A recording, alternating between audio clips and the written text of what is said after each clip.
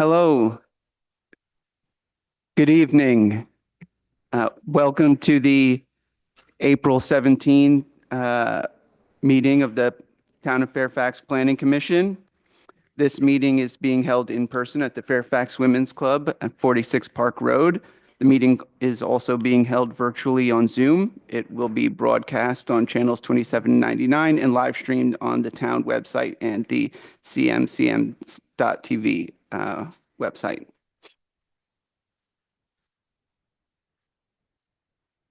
Okay. I think we'll start by doing a roll call. Okay. Swift, Here. Kelly, absent. Bela, Petrone, Here. Jansen, Here. Chair Pfeffer. Here. Thank you. And before we approve the agenda, I'll just start by saying the meeting protocol. The chair shall maintain order at the meetings in accordance with Robert's Rules of Order, and the Planning Commission has the responsibility to be a model of respectful behavior in order to encourage community participation and citizen input at Planning Commission meetings.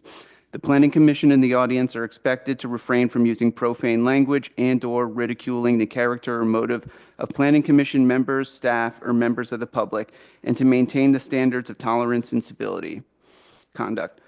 All interested persons are invited to participate in public hearings. In order to give all interested persons an opportunity to be heard and to ensure the presentation of all points of view, members of the audience should, 1, limit their presentation to 3 minutes, 2, provide comments by email as described in the agenda, 3, state your view and concerns succinctly, and 4, submit any new documents to the planning staff first directly or via email at planning@townoffairfax.org to be entered into the record. Unless there's any changes, can we have a motion to approve the agenda? I'll move to approve the agenda. Second. Jeff, correct me if I'm wrong, but now that we don't have anyone out of town, we don't have to do a roll call on every action, right? That started with pandemic. Am I correct? Yeah, so just so the Yep. commission knows, now that the pandemic's over and we don't have any commissioners attending from out of town, we no longer have to call the roll for everything. So if you can Yep. request a roll call, but you can also just vote aye or nay on things like the agenda, right? But I'll Great. call the roll for this one. Thank you. Since And we're we'll all- just note for the minutes, Yeah. the addition of Commissioner Oh. Bela. Very good, thank you. Okay. All right, so motion was Swift, second was Jansen to approve the agenda as submitted. Swift, Aye. Bela, Aye. Petrone, Aye. Jansen, Aye. Chair Pfeffer. Aye. Thank you. Next, we'll move on to public comments on non-agenda items. This is for anyone wishing to address the Planning Commission on matters not on the agenda, but within the jurisdiction of the Planning Commission. You must do so by email, in person, or via Zoom in the manner described in the agenda. Presentations will be limited to 3 minutes unless we get an enormous amount of non-agenda item speakers.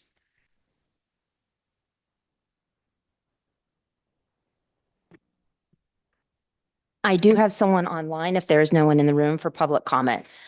Dee Lee, I see your hand is up, and this is public comment time, not something on the agenda. I'm opening your mic. Thank you, Deborah Benson, Cascade Drive. At the last Planning Commission meeting, one of the commissioners brought up starting a discussion and maybe working on a vacancy tax here in Fairfax. San Francisco voters approved a vacancy tax, but that was last fall declared unconstitutional, both the California Constitution and the U.S. Constitution, and also in violation of the Ellis Act. And Superior Court judge referred to the takings clause of the Constitution. Berkeley and Oakland have vacancy taxes, but they haven't noticed any difference in the market rate of rentals and slight difference in vacancies. So I am wondering why we would go down this path, particularly since the council instituted a rent control ordinance, which was overturned by a large majority of the voters. And I think that same population of the voting community would take a similar attitude towards a vacancy tax affecting their private property rights. Guess that's all I have to say on that. Thank you for hearing me. Thank you. Any other hands on Zoom? I have no other hands on Zoom. Last call for anyone in person to give comment on matters not on tonight's agenda. I'll close public comment and move on to item 1 on tonight's agenda. There's no consent calendar items, so this is public hearing items, 100 Iron Springs Road. Okay, so this project encompasses construction of approximately an 8-foot length of 3-foot tall retaining wall along the west side of a graded mountain bike path, right where it enters into Iron Springs Road. Installation of a post and block bike speed reducing feature on either side of the terminus of the trail, along with a stop sign on top of the last post of a proposed split rail fence along the eastern side of the path. And placement of backfilled split rails on the ground along the eastern bike trail edge for additional support. The town code requires that any property owner wanting to utilize the public right-of-way along their property frontage to erect a structure must obtain the approval of the Planning Commission of a revocable encroachment permit. And in our code, retaining walls, fences, they constitute structures based on our definition of structure. If the Planning Commission determines the area proposed for use by the owner is not currently being used by the public for pedestrian or vehicular travel, they can approve the proposed use by issuing a revocable encroachment permit. The area proposed for use by the Marin County Boy Scouts of America is an unimproved area of Iron Springs Road public easement. A temporary second storage area where materials needed for lower portions of the trail, most of which is in the county of Marin, some of it's on a private property, declared open space on a private property owned by the Warner family. And then I think a little bit of it may be on the Boy Scouts property. So anyway, they're going to do a temporary storage area where they can store the materials to build the lower part of the trail. Comments received from other agencies, the Department of Planning and Building Services asked for the speed reducing feature at the terminus of the trail. Marin Municipal Water District requested that they update the plans to indicate the location of the retaining wall and fencing in relation to any of their water facilities before they start construction. The Ross Valley Sanitary District asked for the same thing. And we're recommending that you approve application 2506 based on the findings and the conditions contained within resolution 2025-05. I should point out that there is a negative declaration with mitigation measures incorporated into it that's being considered by the county, but they haven't taken final action on it yet. So that hasn't happened. And that would conclude my report. Thank you. Do we have questions from the commission for staff? Yep, Commissioner Jensen. I have 2 questions. So the county has not yet issued a permit. Correct. So that's pending. Okay. Second question, the existing condition, is there just an informal trail? There's nothing yet there? There's nothing there yet. Okay. Thank you. Yep, Commissioner Swift. So Iron Springs Road, where this is proposed, is 2 ways, correct? Correct. Sorry. And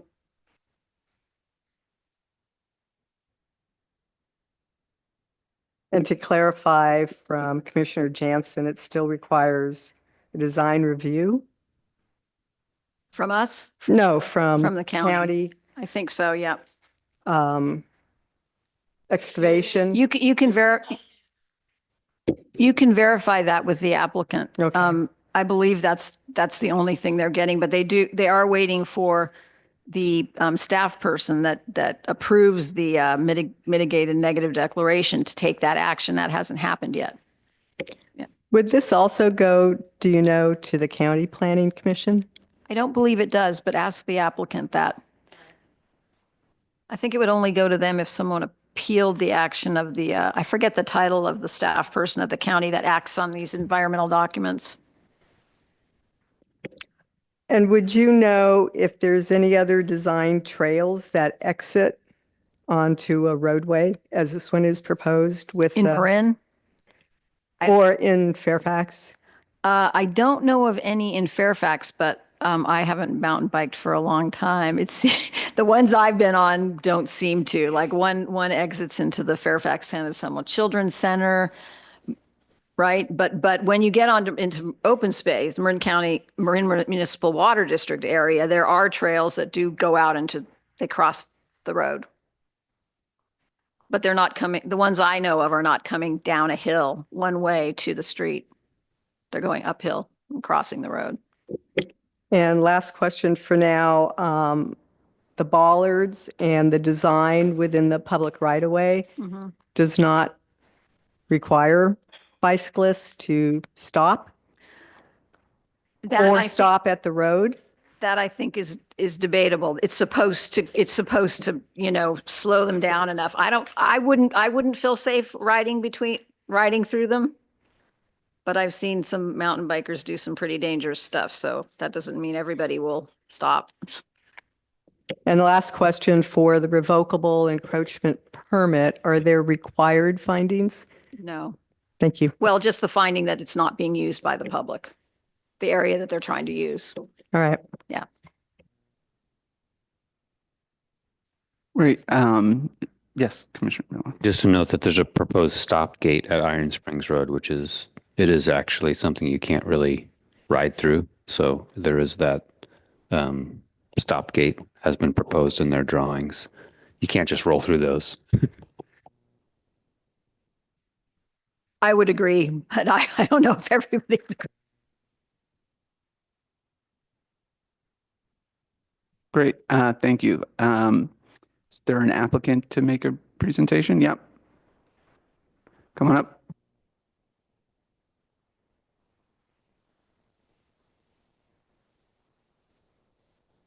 Hey, yep. Right. Thank you. There we go. Hello, my name's Michael Dybeck. I'm the Executive Director of the Marin Council Scouting America. Just to give a little trivial clarification, Boy Scouts of America is our corporate identity. Scouting America is the branding since we're inclusive membership now. That just happened last year. So just in case it goes back and forth. So I do have a couple of people here from our team as well. Paul Kerfman, who is our environmental planner, John Pope in the back, who is an executive board member and also a resident of Fairfax. Is Dave Warner here? Dave's there. There we go.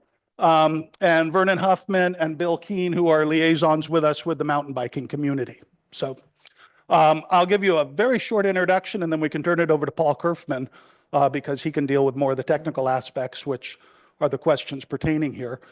This is the endpoint of a trail that we've been working on for over a decade, coming down as an exit from Camp Tamarancho's existing mountain biking loop in order to cut off downhill traffic for mountain bikers exiting the camp. So this will be a safety improvement that we see in eliminating a great distance of Iron Springs Road on downhill traffic for our mountain bikers exiting camp. This is not going to be an increase of usage, because it is simply an exit trail off of what had been a lollipop loop, now coming down on a different trail. So, Paul, did you want to come up?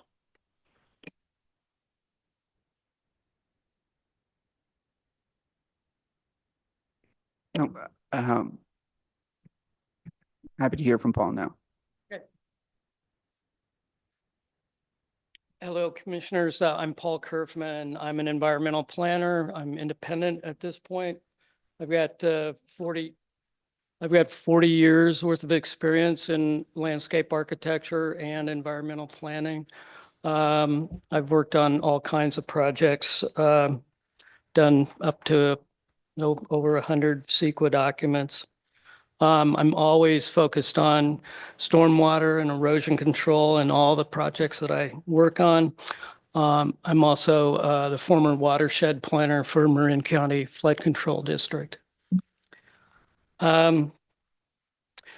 Regarding the Fairfax encroachment permit, we've already kind of described the project. It's really just the last 8 feet that are on the right-of-way that is around Iron Springs Road. You may be asking why now? Why is it now that after a decade worth of permitting and actions that we are bringing this to you?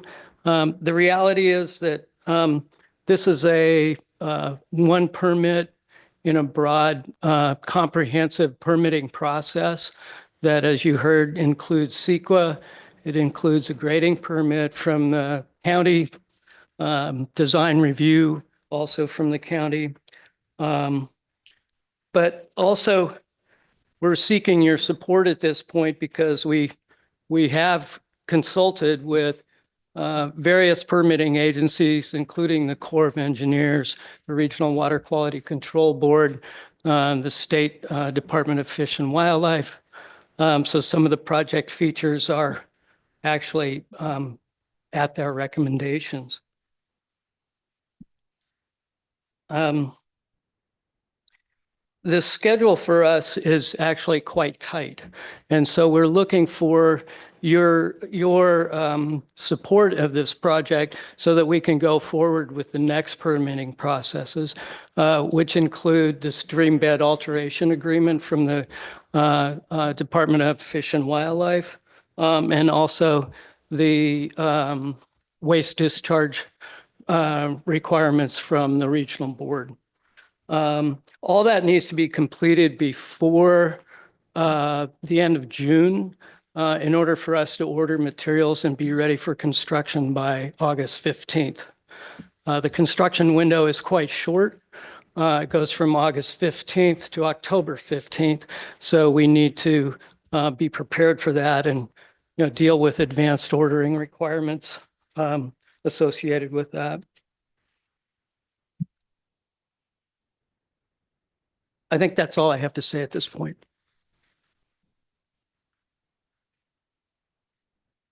Oh. There was a mention about mitigation requirements. Actually, this is a negative declaration, not a mitigated negative declaration. There are no mitigation requirements. However, we did include a variety of measures to reduce impacts, and those are part of the project description and therefore don't require mitigation.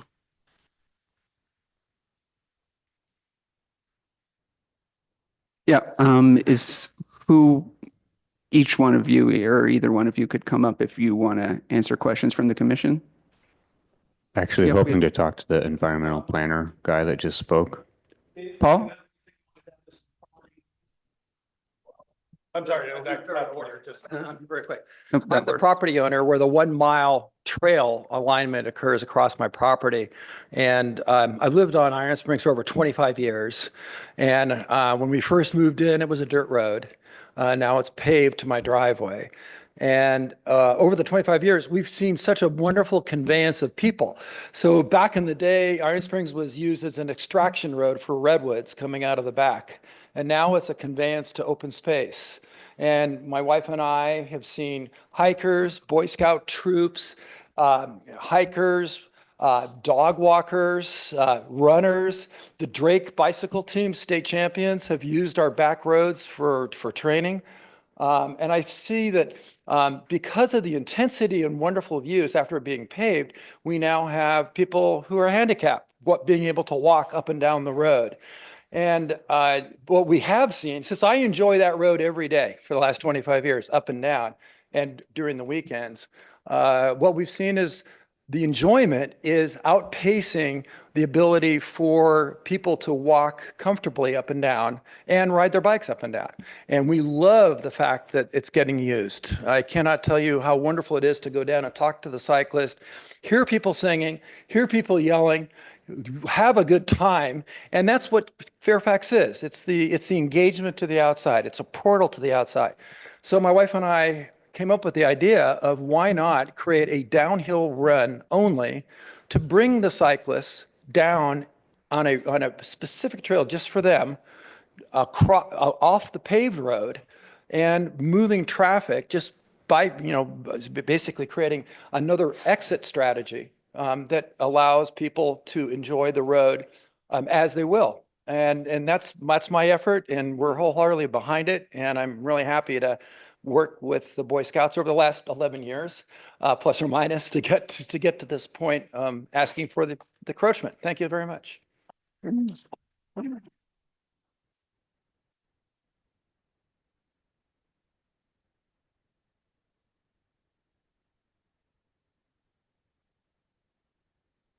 We have a question from one of the commissioners for the second speaker. Yeah, just a couple of things wanted to clarify. So you're talking about an 8-foot section of a 1 mile long trail is what you need the encroachment permit from the town of Fairfax for. Is that correct? That is correct. Okay. And then secondly, you described the kind of the sort of safety improvements by creating this trail, separating cyclists from the traffic that the gentleman just, pedestrian traffic that the gentleman just described. So this is actually a significant improvement to safety and an additional amenity for our cycling communities. Is that all? Is that correct? Yes, that's the motivation for the Cool. project. Great. Okay. Thank you. Yep, Commissioner Petroni. Are there plans to create a drainage plan before final submittal? And if so, is that something that the town engineer can take a look at and provide input? Drainage is an absolute consideration in all trail construction. On this specific area, the connection to Iron Springs Road, I've paid close attention to the drainage there, and it's an inboard drainage condition where the road slopes to an upslope. Actually, it's not a ditch. It's just kind of the hillside comes down and the pavement meets right into it, and it's an inboard draining, so there's a natural V shape there. As that goes down past the point of intersection, ultimately a ditch emerges that then catches stream 5, which is on the downslope side, and stream 5 and the road drainage go under the road. Okay, thank you. Yep, Commissioner Swift. Couple questions. So just clarification, you need a design review permit, you need acceptance of the CEQA by the county, excavation permit. Does it need to go to the County Planning Commission? No, it does not. And then why the August 15th to October 15th construction period? That is when there are no nesting birds. August 15th is the end of the spotted owl nesting period, and October 15th is the beginning of the rainy season, and all BMPs or best management practices are to be in place by that point in time. Those are essentially erosion control features. Last question then too, either for, and perhaps for staff, is the public right-of-way within a quarter mile of a northern spotted owl nesting? Yes, shows up on the list we've been given by the county. Thank you. Well, I should note, though, northern spotted owls have been observed over many decades, actually, at Camp Tamarancho, and have been documented within and nearby trails. And nesting fledglings have emerged from nests within close proximity to existing used trails used for mountain biking. So it's actually a compatible use. And one other thing I wanted to mention, you were wondering about examples of a similar kind of gate that empties out into a kind of a traffic area. At Phoenix Lake, there is a gate right at the end of the bridge, and it's actually metal. We're proposing wood, but what it does is it narrows so that the width of the handlebars are wider than the opening. And so you have to kind of do a little zigzag or get off your bike to get through it. And ultimately you can't go more than half a mile an hour. Thank you.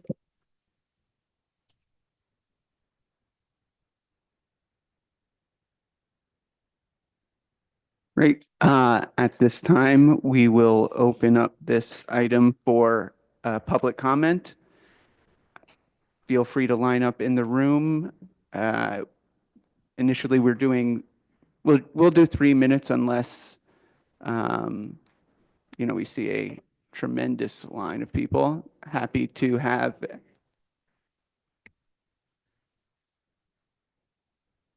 Yep.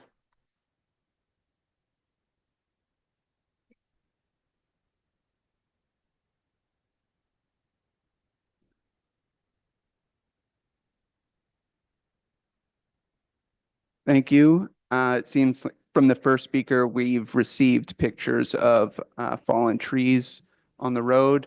Just one last note before public comment starts. You'll see a timer for 3 minutes. Given the amount of people in the room, if your comments generally echo those speakers before you, feel free to note your support briefly, but happy to hear everyone. Thank you. All right. Great. Hi. Hello, commissioners. My name is John Beck, and I'm a resident on Bothene Road with my home directly below the outlet of this trail. And on their topo maps, you won't see my house on there. They've just seemed to have left it off.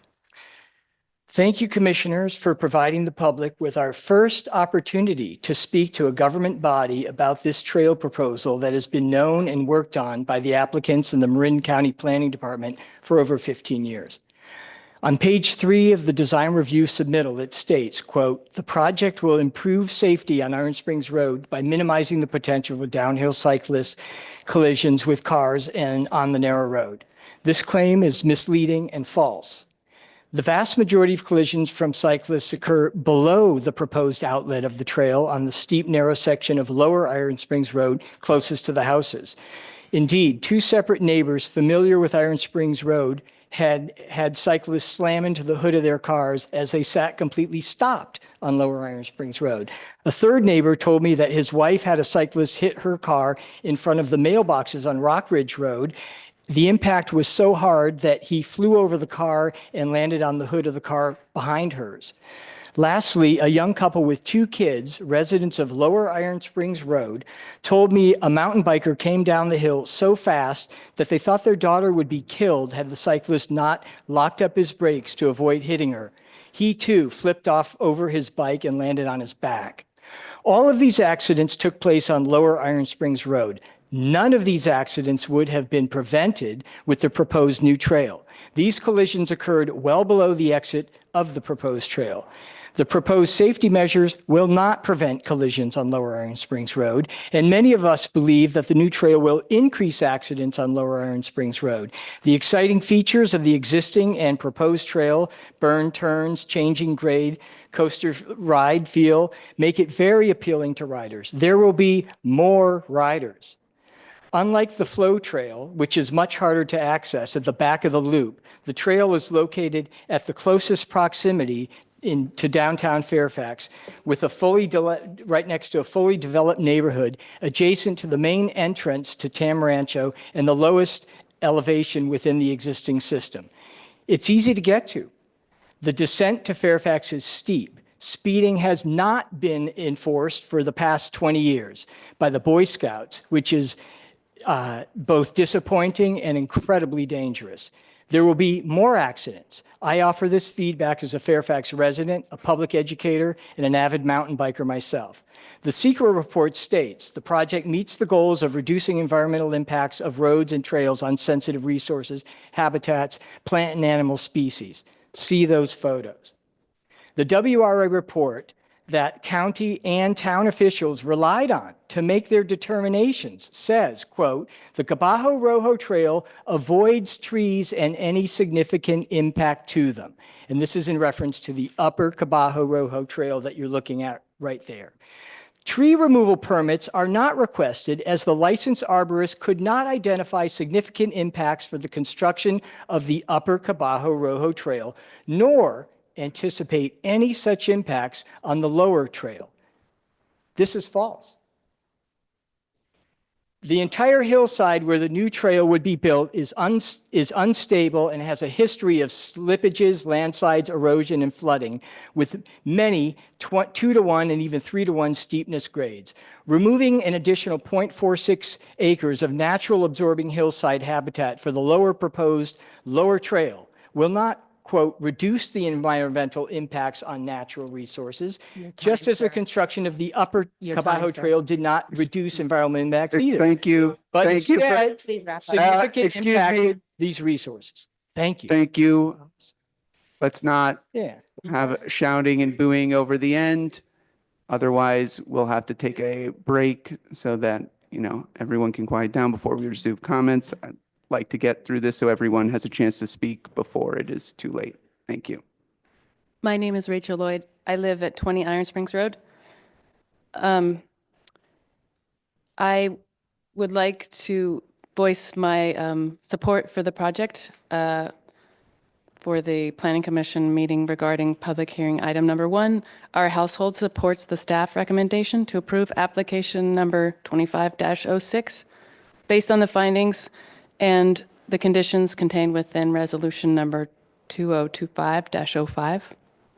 We agree with the staff finding that the project will not cause any significant impacts on neighboring residences, including ours, and will be a benefit for the general public using Iron Springs Road.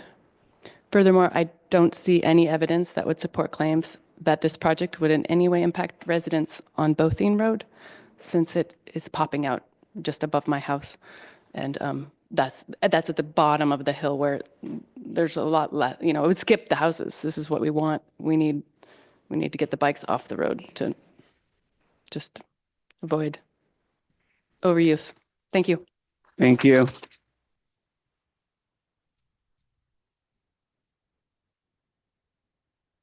Next speaker. Good evening, Planning Commission. My name is Todd Greenberg, speaking to you from downtown Fairfax. Thank you for considering this matter. Thank you for allowing people up to 3 minutes so that they can express themselves, unlike where the time period has been shortened on Fairfax's town council. Thank you immensely. Seems like we've got a great turnout here. Thank you to everybody who's here.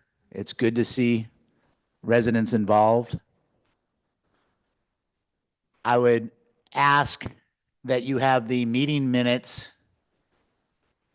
be reflective of each person's statements here, because they all matter. This move to action meeting minutes that has not been approved, to the best of my knowledge, that has been done on a ministerial basis, is harmful to the record of these meetings. Each person here has taken their time out of their life to come speak, and they're very concerned about Fairfax. I will shortly yield to the rest of the people here, but I think anything that is done that supports people getting on bicycles and is a step towards greater safety, which it sounds like some of this is worthwhile. I would ask that all people be considered, and that the gentleman who spoke earlier, who I do not know but does have some concerns, that perhaps those that are doing this would incorporate some of his thoughts. And then lastly, I'd like to thank the Boy Scouts of America in Marin County here for helping people recreate and being so generous with their property. And David and Suzanne Warner, thank you. Thank you. Next speaker. Hello, my name is Ginger Howard, and I'm a senior captain of the Redwood mountain biking team and a youth ambassador for MCBC. My name is Tessa Tuatini, and I'm a junior captain of the mountain biking team. I speak on behalf of my team that if we get access to this trail, we will put in a great amount of work to maintain these trails and protect the nature around them. There's a stereotype that mountain bikers don't care about nature and preserving the environment, but this is not true at all. Mountain bikers love mountain biking because it is in the nature. If we did not value nature, we would be biking on roads, and I can assure you that our team values taking care of the beautiful land around us and will not do anything to harm it. And I want to point out that hikers and bikers want the same thing. We are all there because we love the outdoors, we value our time outside, and we want to get exercise in a fulfilling way. On the Redwood team, trail etiquette is something that is covered right off the bat. It is something we have practices and meetings about. We do slow down whenever we see a hiker or a car. We say hello and thank you, and we say have a nice day. Marin is the birthplace of mountain biking, and these trails are important to us. Thank you. Thank you.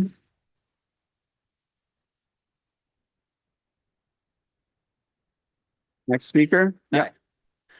Hi, my name is Chris Cook. I'm a Fairfax resident and I work here in Fairfax. That's clearly the future of our town and our area, and I echo all their sentiments. I just want to add that this specific project, its main goal is to add to safety and the enjoyment of the community here in our town. I do respect the first speaker's comments, and not to contradict him, but I think the slower people go through the, intersection onto Iron Springs Road, the slower they will go the rest of the way, and it will foster a community of respect and safety. I want to obviously thank you guys for going through this and support the project. Thank you. Yep. Hi, my name is Johan Spilger. I'm on the Fat Tire Flyers team. And I think that this new trail will definitely reduce downhill traffic. And it'll be very important because I've been riding on this trail just a week ago, and I almost got hit by another rider going downhill so fast when I was going up with my buddy. And it was very scary, and that's happened to me a lot. And this trail would just really benefit everybody and keep everyone a lot safer. Yeah. Thank you.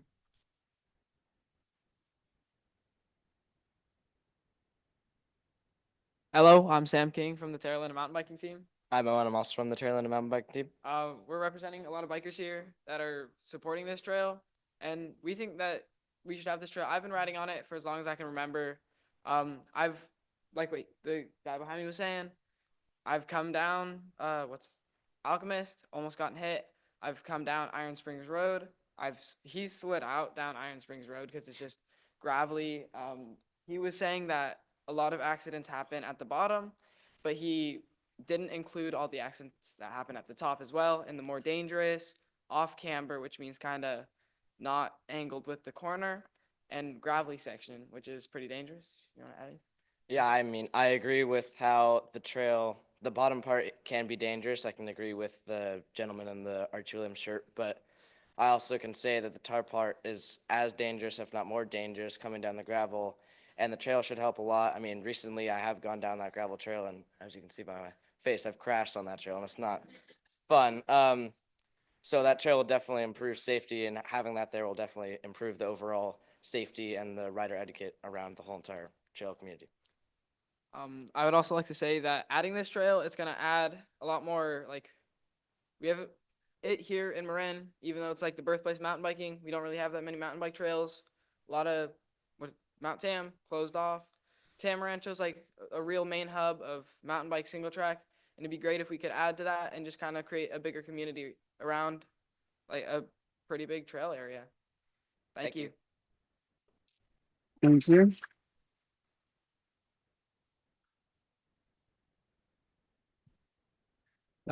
Good evening. My name is Bill Keene. I live at 170 Forest Avenue in Fairfax, and I'm here in support of you granting this encroachment permit.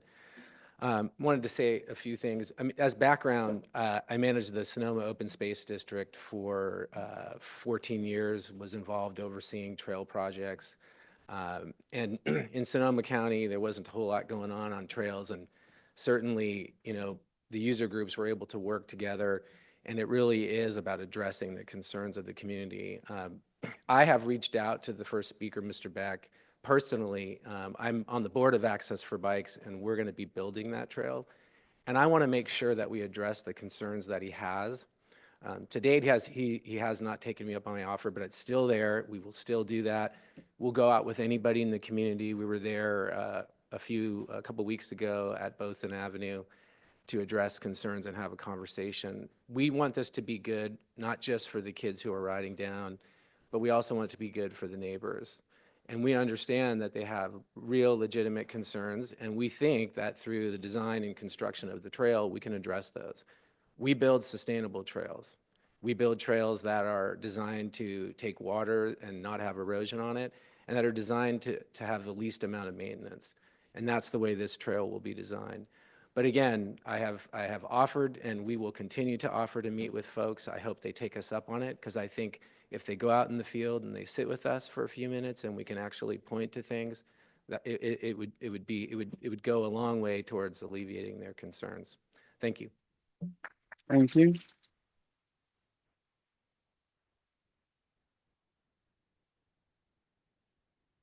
Hello, my name is Brian. I'm a new resident to Fairfax, and similar to Jonathan, my house backs up to Iron Springs Road. And as a recent resident there, I get to enjoy Iron Springs Road both as a pedestrian and as a mountain biker. And as a pedestrian and mountain biker, I'm in support of this trail. I think it's going to make it real safe for everyone. That's it. Thank you.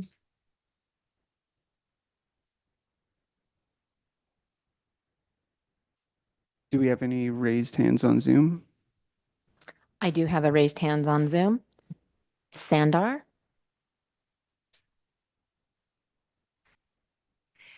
Please go ahead. Hi, thank you for taking my comments. My name is Shandor Lengyel, and I've been a lifelong resident of Marin County. I grew up on Park Road, about 4 houses down from the Women's Club, and lived in Cascade Canyon during the initial build out of Tamarancho's Tamarillo system.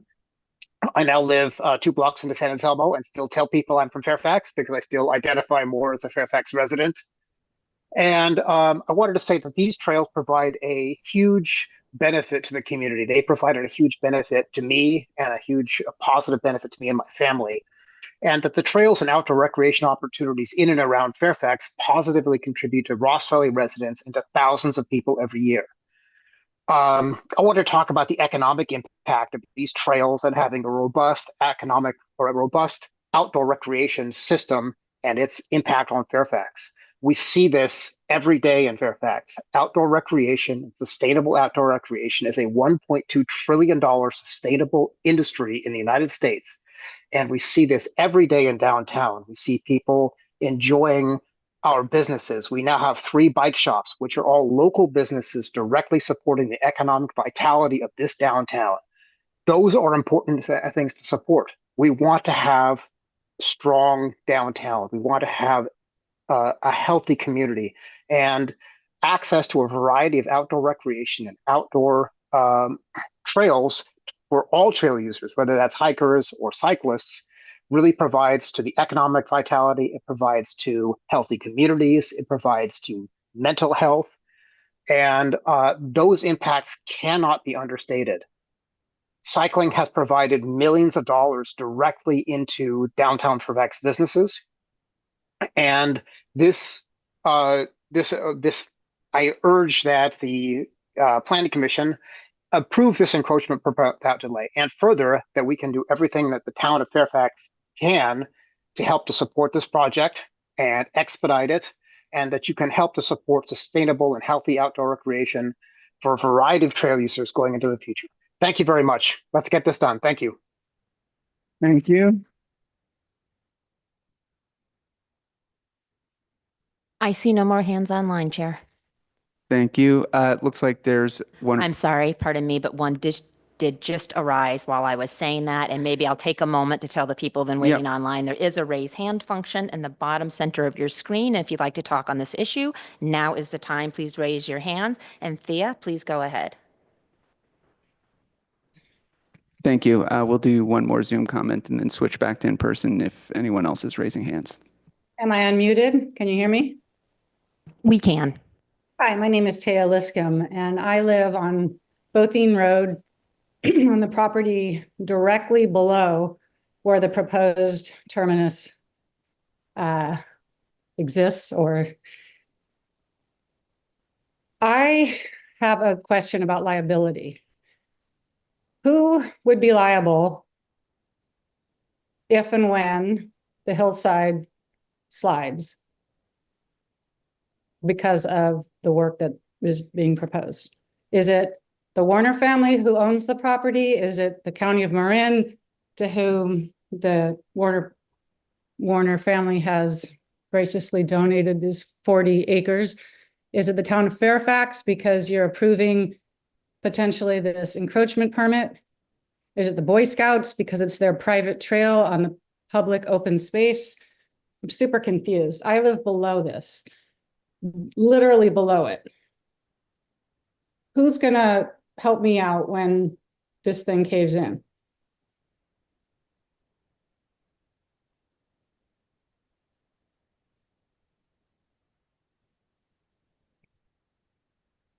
Just to be clear, we are not permitted to respond to questions, part of the Brown Act while you're speaking. Feel free to continue your comment, but we can have our discussion after public time is closed, but we're not going to be able to do a back and forth question answer. I'm sorry, I did just stop her from speaking. Would you like to speak again? Please raise your hand. I thought you were done. Yeah, here. Please go ahead. And I'm resuming my timer. Thanks. I'm here. I can't see your timer. Good to know. That's just a huge question from those of us that live below this proposal. And then the second issue is Rachel lives below where this is going to come out. It doesn't really change the impact to her and her family. Brian lives above it. John and I, our properties are adjacent. We both live directly below it. It affects us significantly. We both ride. We love riding. I'm too old and broken to ride Tamarancho. Doesn't affect or change the way that I feel about the trails or riding. It's just a huge, huge concern for those of us that are impacted by having, I'm going to be looking out my backyard at 7 switchbacks, a retaining wall, a gate, and then a whole bunch of riders gathering at the end of this downhill. And what about rerouting downhill traffic so that there's no downhill traffic from cyclists on Iron Springs? That's a whole nother suggestion. It's just not being considered.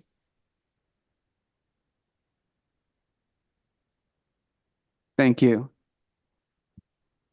We'll go to the next comment in the room now. Hi, my name is Jonah Rossiter. I'm a captain on the Archie Williams mountain biking team. I want to thank the commission for hearing us out today about this permit. I was riding down Iron Springs Road about an hour ago with my team. I'd like to echo what everyone said, that it's fast, it's blind. I understand why many residents are concerned about this. And I also understand what the first speaker said about how there are still things that happen on the lower part of the trail. But I'd like to add, any progress is good progress. If we are taking out 2/3 of the downhill from the road, that reduces areas where there could be incidents. When people are walking up that road, they are walking up the whole road. They are not just hanging out and congregating at that bottom area. I think it's really important, especially when you're with big groups. There are many teams from around this area that use the trail, to keep them off the road for our safety, for the safety of walkers, for cars that are coming through. And I think that, like I said, any progress is good progress, and this is a good step towards making Iron Springs Road safer. I'd like to thank you guys for hearing us out. Thank you. Thank you.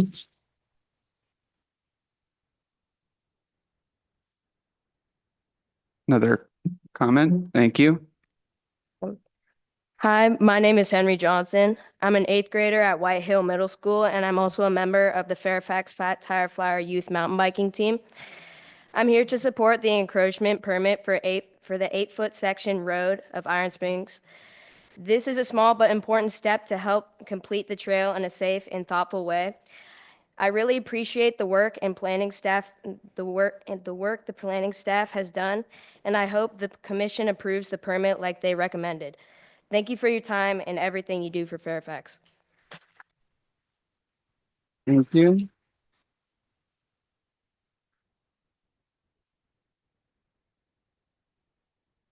Next speaker. Yep. Okay. My name is Laura Childress. I'm a co-head coach of the Archie Williams mountain bike team.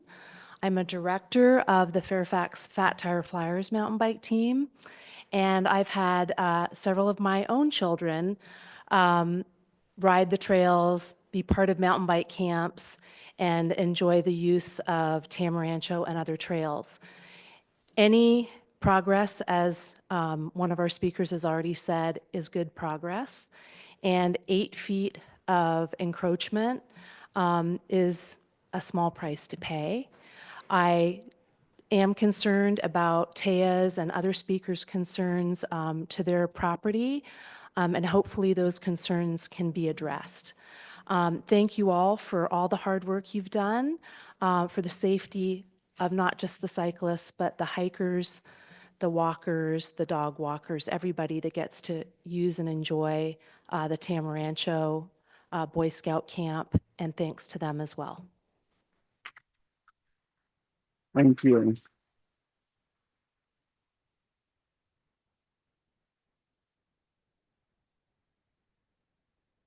Anyone? I do have one more hand online if there's no one else in the room. Is there anyone else in the room? Yep, we'll take the remaining comment in the room and then do the raise hand on Zoom. Thank you.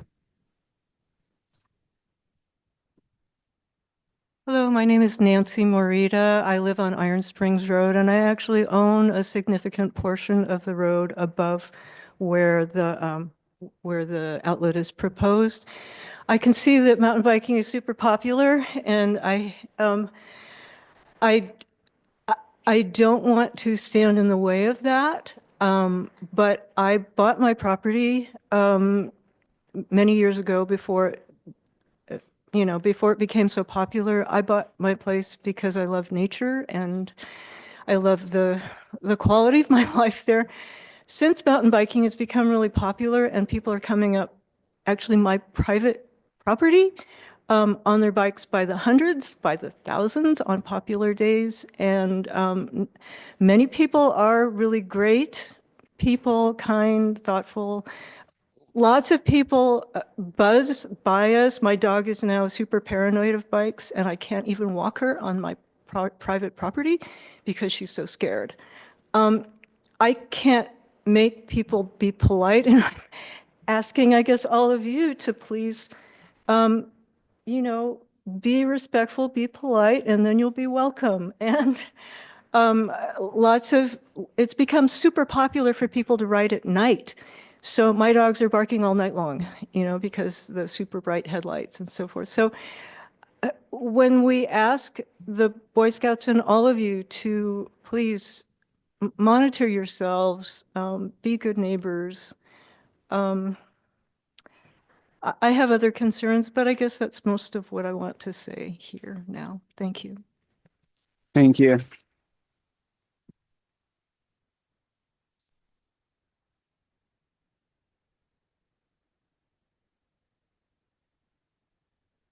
Yes, my house is right next to Taya's, and I'm a long-term holder of a Tamarancho pass, and I love to ride mountain bikes. And I take seriously that a lot of people in this room have a real interest in being able to ride their mountain bikes. But I would say, to echo Taya, that we're very concerned about soil stability. And there really have been problems. And so I just don't know how to, weigh the benefit of riding a few extra switchbacks on the way down against the safety and security of neighbors and their homes that live there. I mean, for someone who's retired and considers their home a big part of their long-term economic security, it's very frightening. The idea that this is going in, and we are worried about it. So, it's serious for us. Thank you.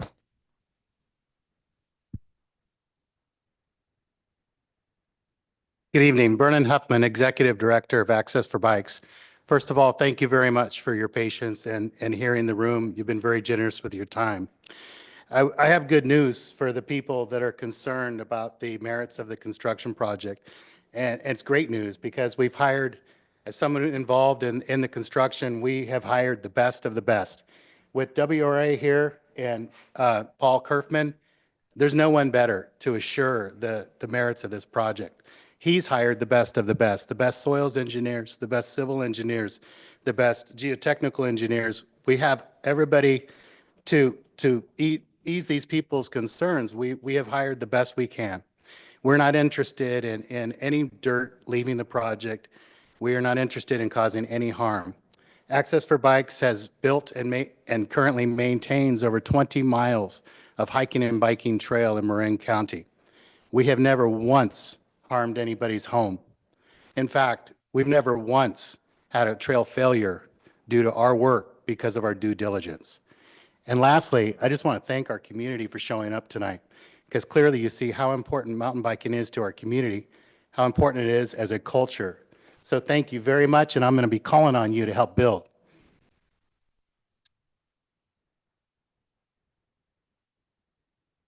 Thank you. I know we have a Zoom speaker waiting.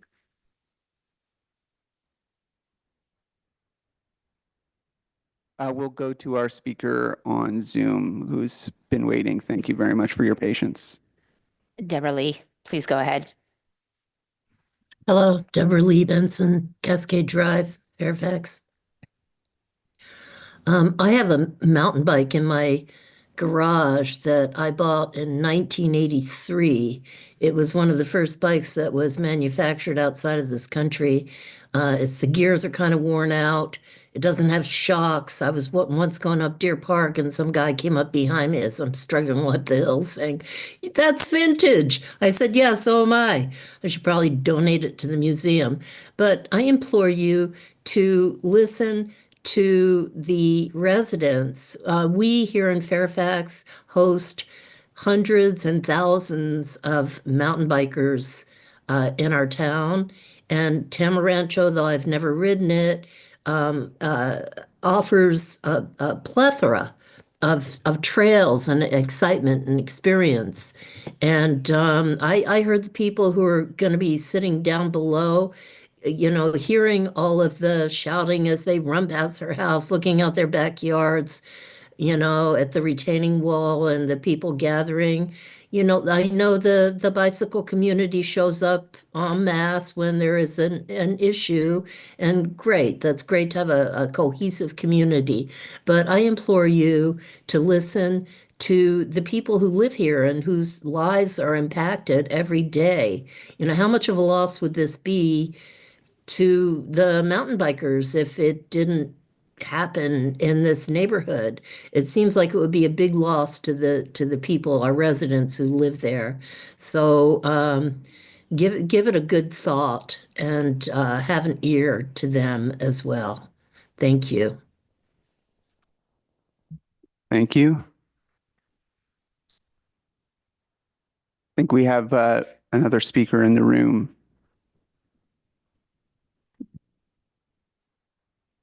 If you just start the button. Can you hear me now? Thank you. So my name is Emil. I coach groups of young kids biking. And I just want to bring, I think a lot of people, and I think it's for most of us, this really would just be one more little bit of downhill trail that we could do, which would be fun, but we already have a lot. For the younger kids in our community, 8 and 10-year-olds whose parents are right now struggling to find something that can rival the fun of Minecraft and get them outdoors and get them into nature and get them being physical, having trails that are not very far into the wilderness that you can do in an hour and a half at the pace of an 8 or 10-year-old, that's a huge thing. And we really don't have many routes that they can do from here. We have a few.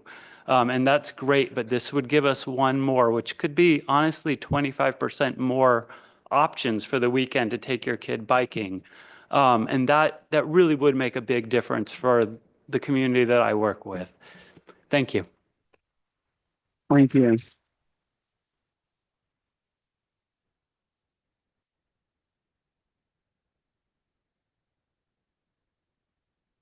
There any more speakers on Zoom? I have no more hands online. Great. I will close public comment right now. Thank you, everyone, for showing up and for all of your comments. We appreciate them and always appreciate having a packed room at the Planning Commission meeting. I think I'll go ahead and let our commissioners begin deliberation. I don't know if who wants to go first. Yeah. Is it possible to ask a couple more questions of the applicants? Are the applicants still here available to answer questions? Yep. Okay. Yep.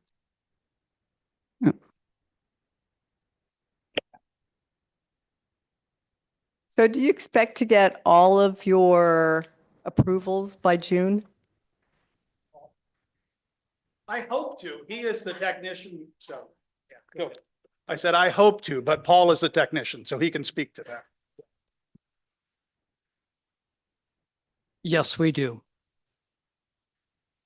And do you expect that more bicyclists will use this trail because this trail is there than would be normally coming down Iron Springs? No, this is to accommodate the existing population at Tamarancho. Okay, but the trail itself isn't going to be a popular addition for folks coming up? Just asking. It's designed to accommodate the existing traffic that's otherwise going both ways on Alchemist.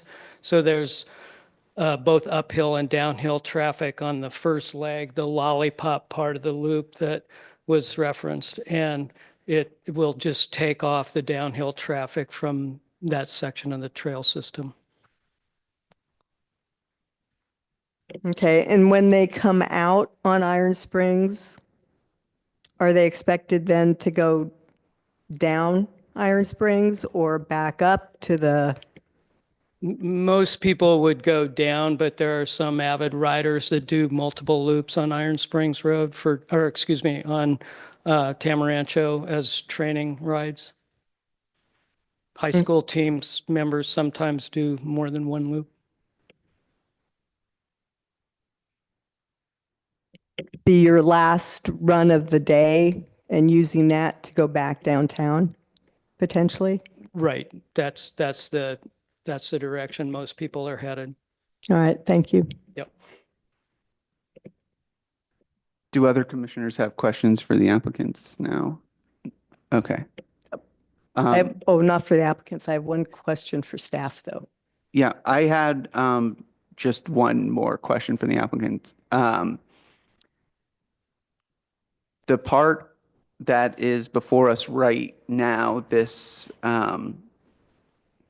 encroachment permit, has that been a focus? Have you received questions about that from the County of Marin as part of their design review process or the other permitting process you've been going under?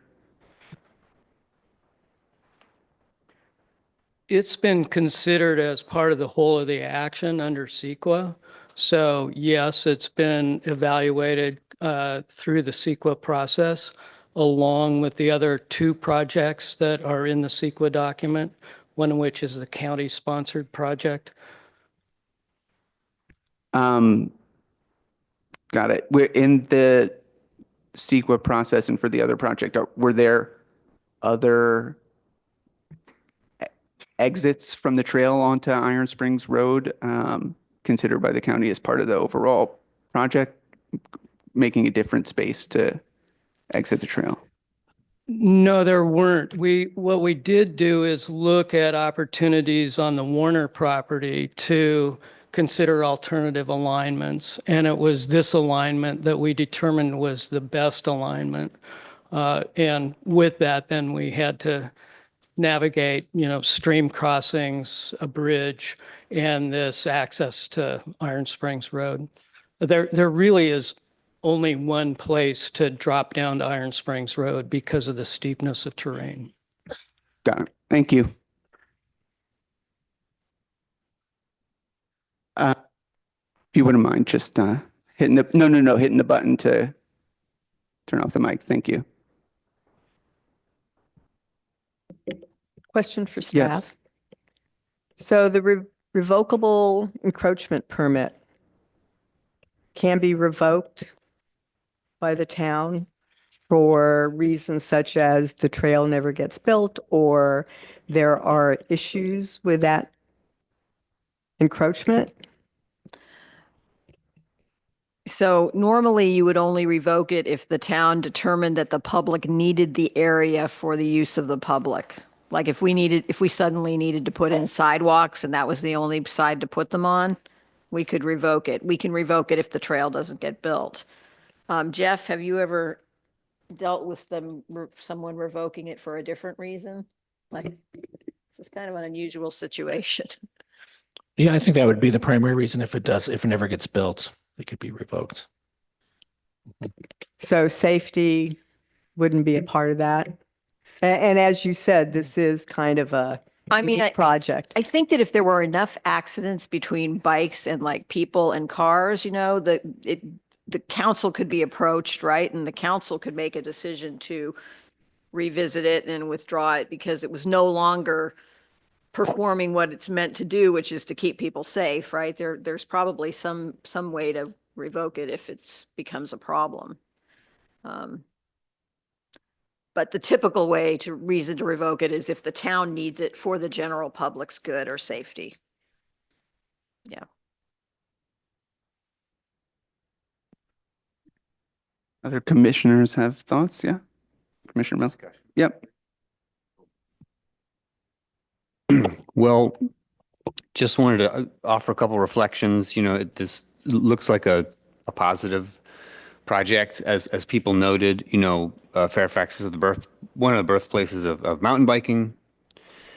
We've witnessed this development of a real cycling culture. I think that some of the young folks talked about cycling etiquette, which is being developed as part of this movement.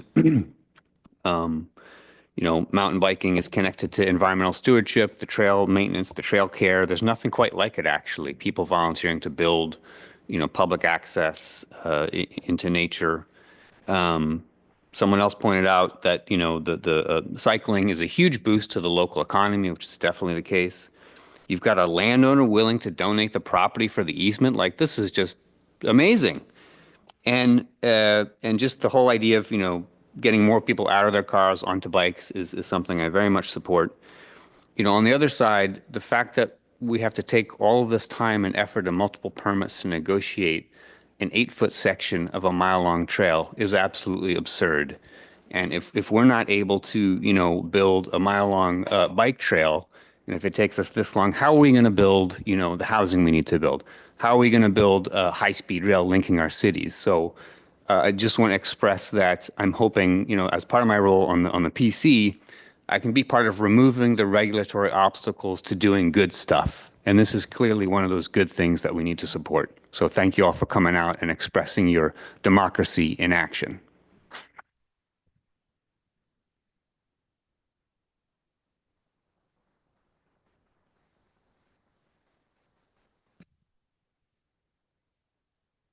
So another thought or question, when the cyclists come through those gates, Um, I mean, we're really using the entire public right-of-way. There's the part of that public right-of-way that is going to have built structures on it, but they also use the rest of the public right-of-way to actually get on the road. Right? It's just out of the gates. Is there a way to ensure that there is a stop by a cyclist before they get on the road? You should have asked the applicants that. I know there are ways to stop people before they enter the road. They in England they have all kinds of bicycle trails and walking trails that merge with roads. So there's I'll ask the applicant. there's many different ways and many different rail system improvements that can Right. be put in that actually force people to get off their bikes. And that's one of the concerns that I would have is with the gates. It looks like they can't physically stop, get off their bike, and then go to the road. Is there a way Well, to? they would stop to get off. But I think the other design feature on it is as the trail then switches back over, it runs parallel and uphill to the road and to what their direction of travel would be.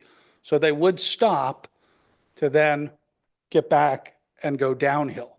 So it's not a cattle chute coming right out onto the road, either perpendicular or going downhill. It's going back uphill on the road direction. So they would have to stop and then loop back down to ride down that lower portion of Iron Springs Road. So that's the safety feature, is that they are starting from a stop near that section where they're just having a smaller amount of distance to go into Fairfax. And then what about safety for anybody going up or down Iron Springs in a car or others when they're coming out onto Iron Springs Road? Well, again, they're going to be parallel to it, so they're going to be hugging that side of the road and then coming down. So a car going up would be, further right. Pedestrians would be walking up with their dogs. So that they would not be coming into the center of the road. It would just be coming back down on that lane. So. And drivers would be able to be aware that there is an exit of a trail onto the road? Yes. There'll be signage? There will be signage, and this is one of the reasons why this alignment was the one that was so chosen, because it has the best sight lines as well, not just for mountain bikers coming towards that stop sign in the gate, but also for vehicles coming downhill or uphill to be able to see them. So it's got the best sight lines from Iron Springs Road and from the trail, and there will be signage for mountain bikers and for Iron Spring Road travelers, whether they be on foot or in car, regarding incoming traffic. So. Thank you. Thank you. Now, Commissioner Jansen? So yeah, I see there's a lot of benefits to this. There's a lot of support for this. There are some concerns. I think my important observation is that we are not looking at all the aspects of the bike trail and how well it's engineered or not. I think we're looking at that last connection part. And that is actually important. I have a slightly different opinion. It could be a stopgap. If we would see something egregiously wrong, then this could be a way to delay it. But I don't see that. I see a project that has a lot of benefits. The concerns need to be addressed, absolutely. And I think because the permit for the entire trail is not yet there, it is still a project in progress. And I see no reason why we would stop that. And I do not see a reason why this particular connection is more concerning than on the other connection. And it is probably a lot better than the current condition. So with that, I would be supportive of approving this.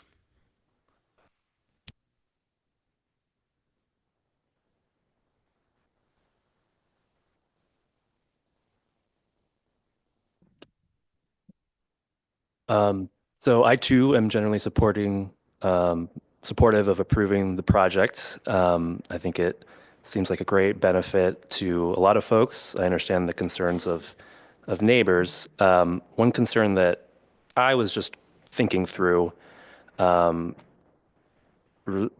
is basically stormwater, right? Stormwater management, what happens during heavy downpours. The area is prone to, runoff, and what happens to the right of way if there's a heavy downpour and there's sedimentary runoff into the road, and, whose responsibility is it to clean that up and all that. I think that's a minor issue that should not impact, approval of the project. I would maybe just throw it out there for commissioners to consider potentially conditioning the approval with the thought that some sort of stormwater management plan is presented to the town engineer just for quick rubber stamp, just to make sure he agrees with it. But I'm not sure if I'm in the majority there. But overall, supportive of the project, think it'll be a great amenity for town.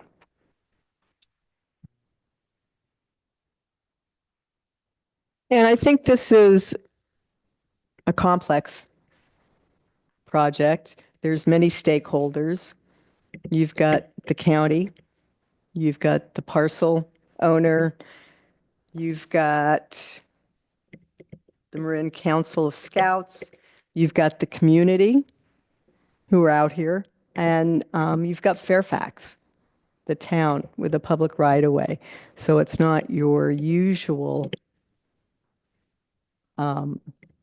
project or simple project that comes before us.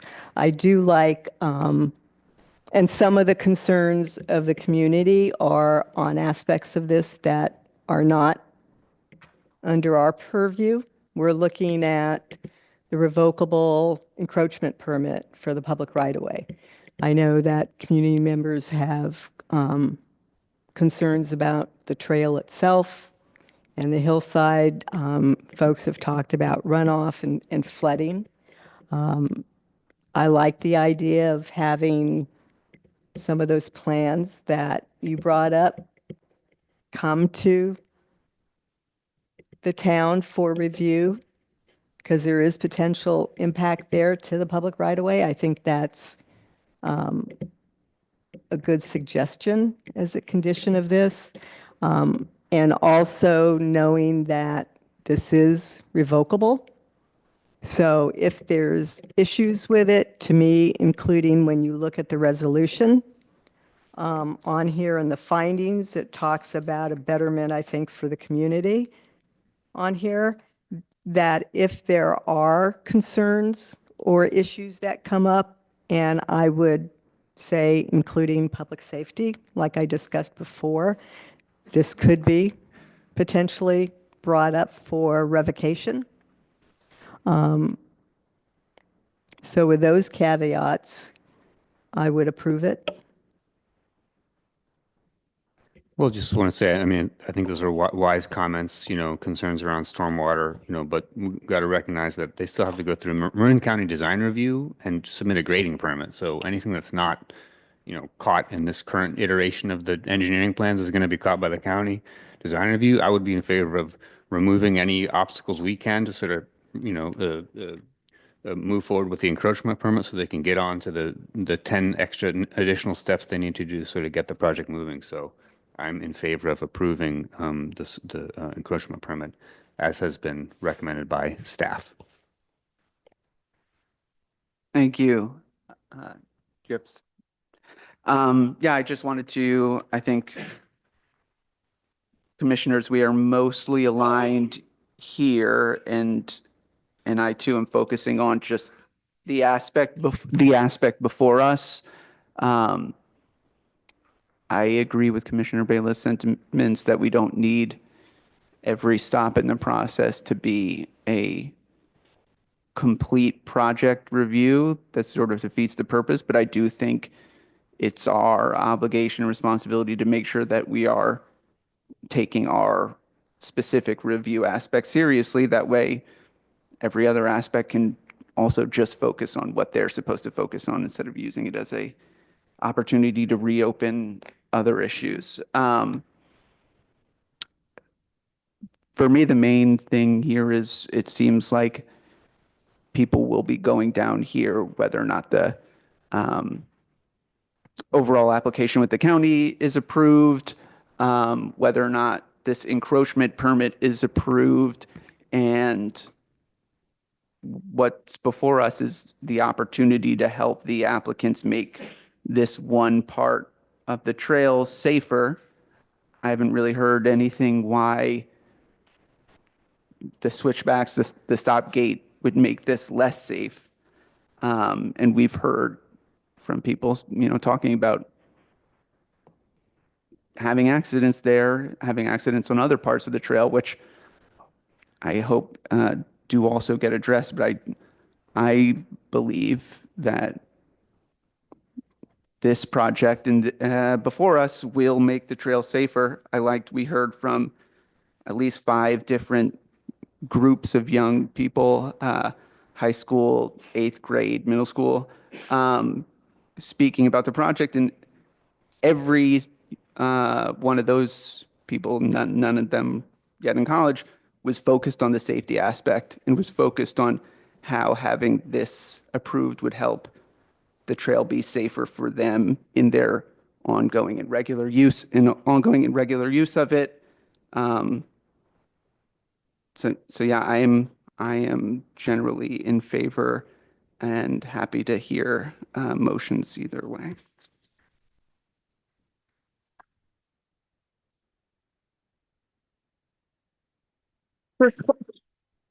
So for clarity, Yes. let me add, Oh, Sorry, sorry. just wanna- Could staff I Yeah. forgot to make some corrections and additions to my resolution. So if Yes. someone makes the motion, if they would let me address what I forgot to address in my resolution first, that would be great. so is there, with the commissioner's approval of Commissioner Petroni's suggestion of having the town look at the grading plan, or what he was mentioning as a quick look on that as a part of this? Could I say something about that? I Yes, personally think please. I think it's a good idea because for the very point you made, it's kind of it's a little drainage area in Fairfax. And that's such a big project that I don't know that the other engineers will be actually focused on that. So to have our engineer make sure that it flows in a way that the water isn't going to go over to, to increase the problems that already exist for the neighbors downhill. I really think that that's a good idea. And if I had thought of it first, I would have put it in there in the resolution. I do Yeah. want to explain one bit of information. Okay, can you hold on for a second? Just wanted to know if Commissioner Swift, you had anything else you wanted to say? Otherwise, No. Okay, yes, please go ahead. I just wanted to point out that there is an erosion control plan that was submitted to Marin County as part of the grading permit, and I can make that available to you.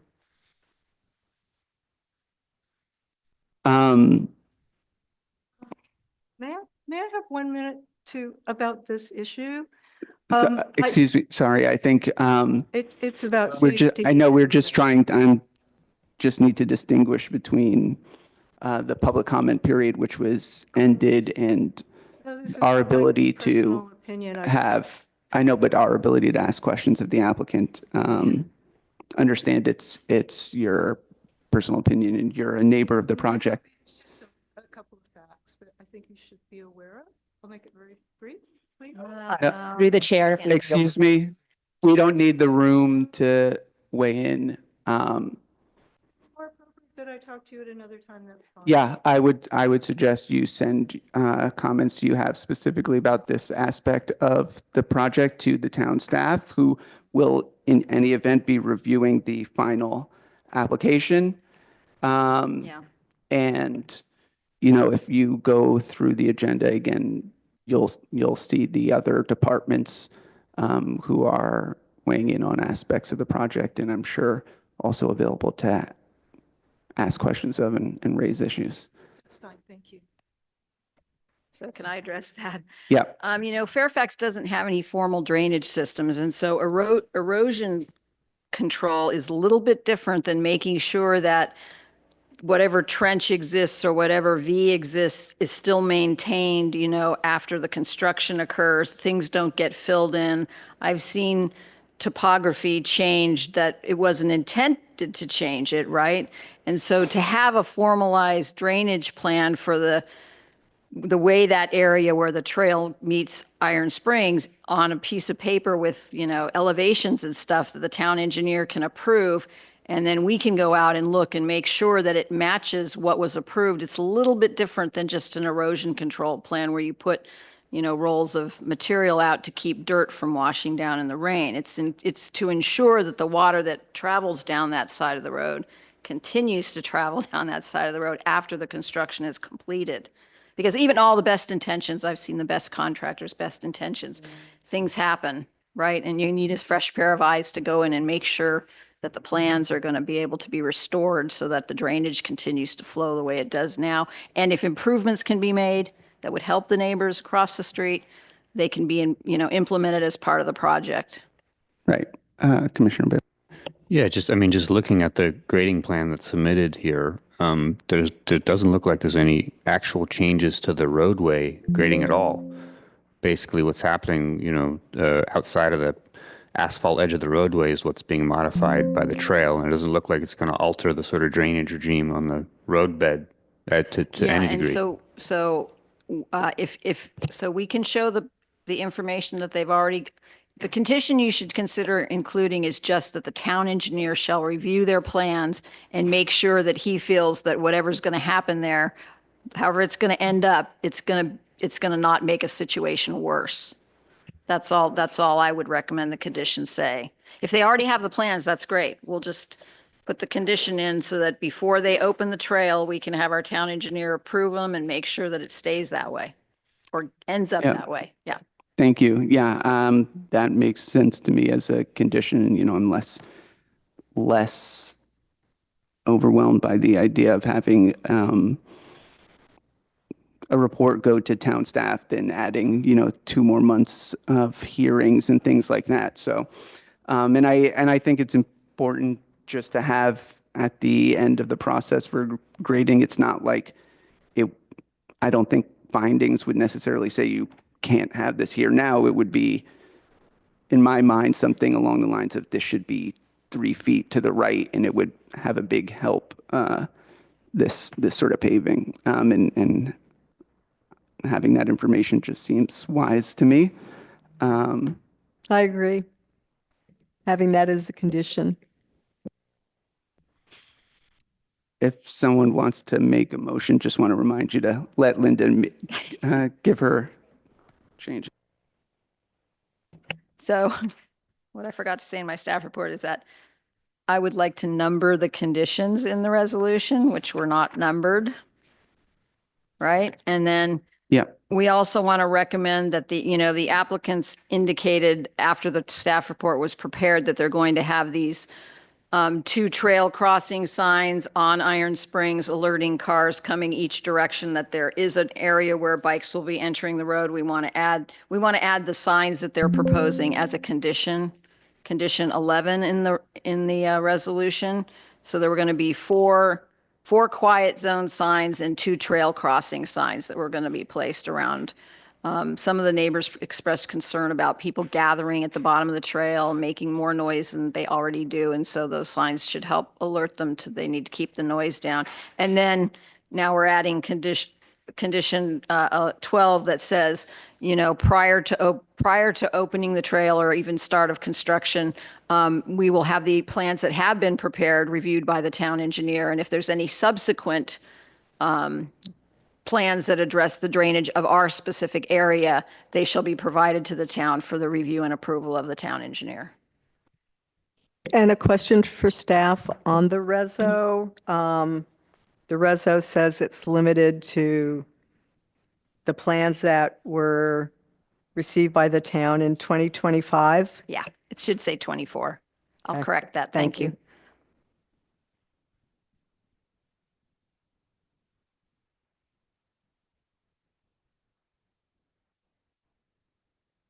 Thank you.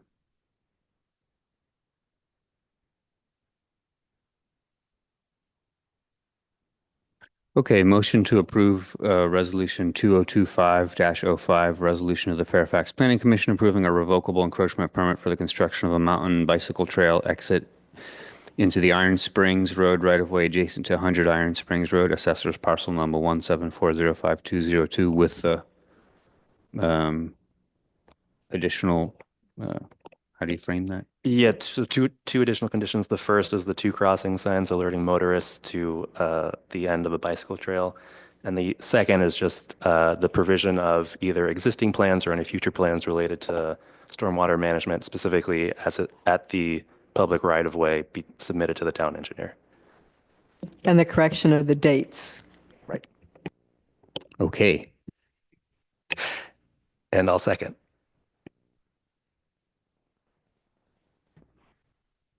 Let's do a roll call on this one. Yeah. Okay. Swift, Yes. Bela, Aye. Petrone, Aye. Jansen, Aye. Chair Pfeffer. Aye. Thank you. Resolution is approved.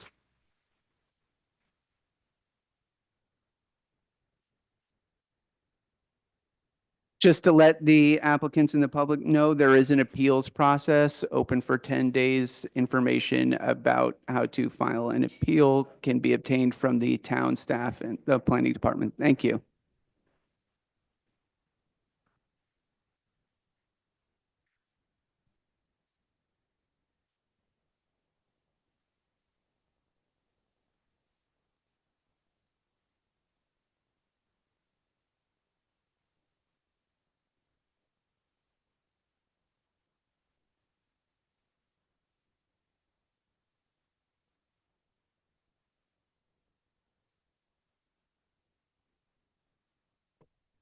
If anyone is listening to the recording, we're just going to give it a minute for the room to clear out and quiet down before moving to agenda item 2.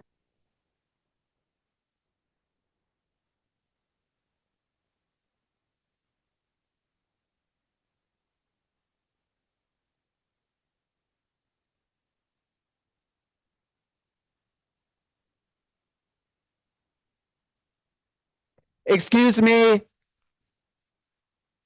We're going to be moving on to the second agenda item. So if folks having conversations can move outside or into the adjacent room so that we can hear the next agenda items. Thank you.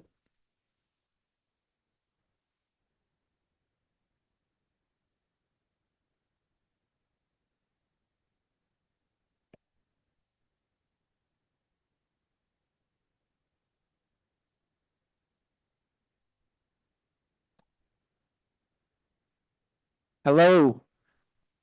Thank you, everyone, for coming. Feel free to continue outside.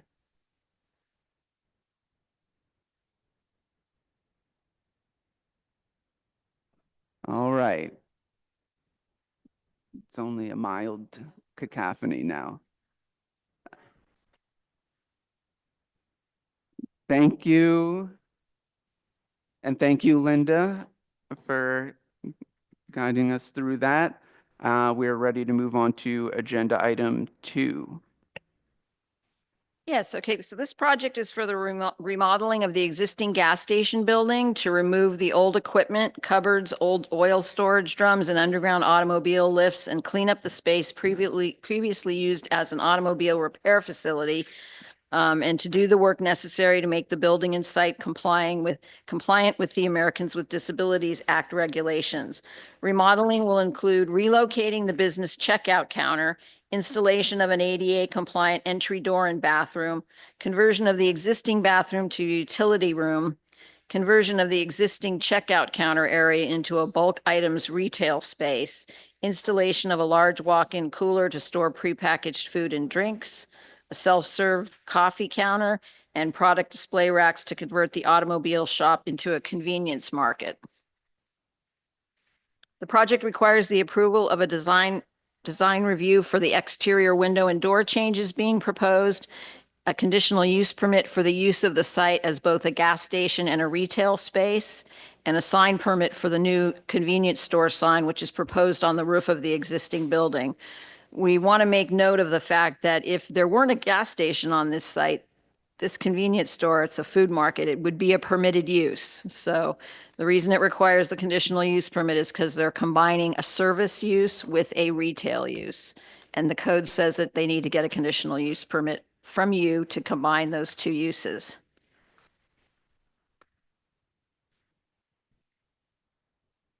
The purpose of the conditional use permit is to allow the proper integration into Fairfax of uses which may be suitable only in certain locations in town or in a zone. In reviewing the proposed conditional use permit application, you should consider the types of adjacent businesses and their structures to the surrounding physical environment and how it functions, including adjacent public roadways and to the public health, safety, and general welfare. A convenience store is similar to several of the permitted retail uses in the CC zone, which permits drugstores, food stores, and variety stores, which can sell food items along with various products such as baseball hats, cards, board games, candy, chips, prepackaged sandwiches, specialty drinks. While the convenience store will result in some people either passing through town or already in town in a hurry or just stopping for gas, running into the convenience store for food and drink products, staff does not believe it will take shoppers doing larger shopping runs or weekly shopping away from the larger markets in town. It's probable that people staying in short-term rentals, overnight, will take the time to look at all the restaurants in town, and they're not going to go buy their meals from the convenience store. I don't believe that's going to happen. The visitors will also discover all the great, gift stores we have. And I've been waiting to say this. It's actually one of the only places in Berlin where you can buy Doctor Who mugs and Doctor Who t-shirts. I know that because my teenager made me drive him here at Christmas time to get them. Anyway, the hours of operation will be from 7 a.m. to 9 p.m., although people will be able to electronically get gas from the pumps with credit cards and debit cards when the business is closed. There would typically be 2 employees on duty during the day and 1 at night. Delivery vehicles for the convenience store will deliver between 7 a.m. and 9 p.m., and gasoline deliveries will occur between 6 a.m. and 10 p.m. All the delivery vehicles will be instructed to park underneath the gasoline bays so as not to block the use of the available on-site parking, which is located on the west side of the building, except for the ADA space, which is proposed on the east side of the building. The change from an automobile repair shop and gasoline service station to a convenience store and a gasoline service station will not increase traffic visits to the site enough to require this project to need a traffic impact permit process. It's not a destination use.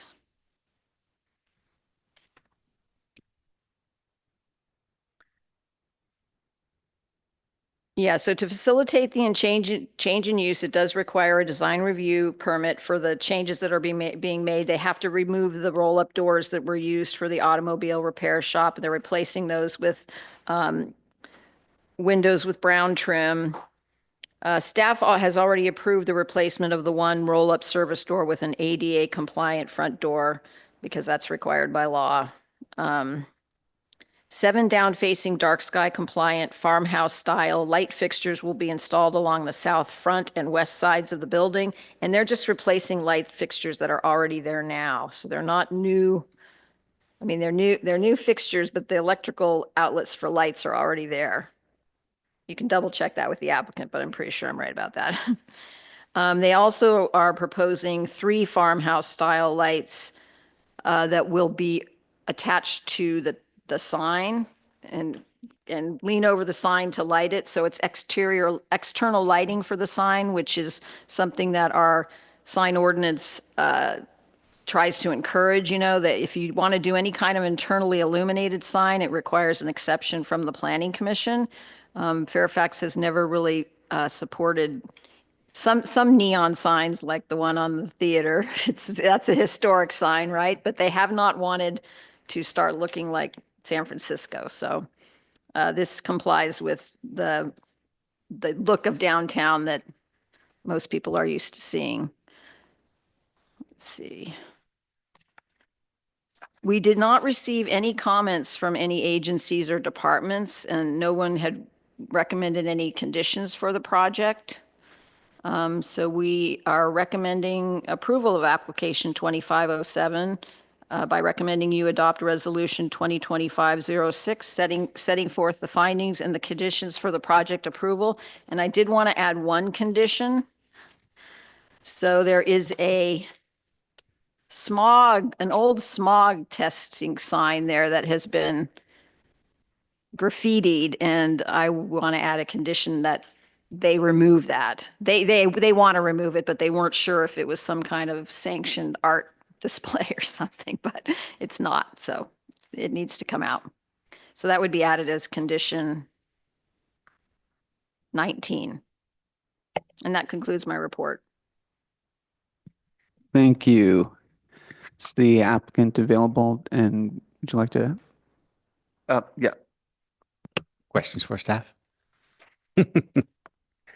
Um, the original garage had a mini mart. So what is driving what it says so on the drawings? It had a little mini mart, minuscule, but yet still it's a combination of those two functions. So why is that now needed as a variance A conditional use permit? or additional use permit? Yeah, so she approached staff several times to try to put in a real convenience mart. And if she was starting to sell some products from her front, food products and drinks, that was never sanctioned by the town. So if we had known that, we would have said, hey, this is not a retail food store. If you want to do retail food and gasoline, you have to get a use permit from the planning commission. That's what the code says. Okay. Yeah. One minor detail. Mhm. It indicates that the air supply will be, or that's probably to fill your tires is going to be relocated, but I don't see it on the new plan. I'm sorry, what did I say? It's on the existing plan. It has an existing VAC air to be relocated, but I don't see it anywhere. Do we know where that goes? So Are you looking at the plans right now? Yes. Okay. Sorry. Yeah. So you're asking looking at- something's intended to be relocated? Yes, existing VAC/air Yeah, to you be should relocated. ask the applicants Okay, that. will do. Thanks. You have other questions for staff?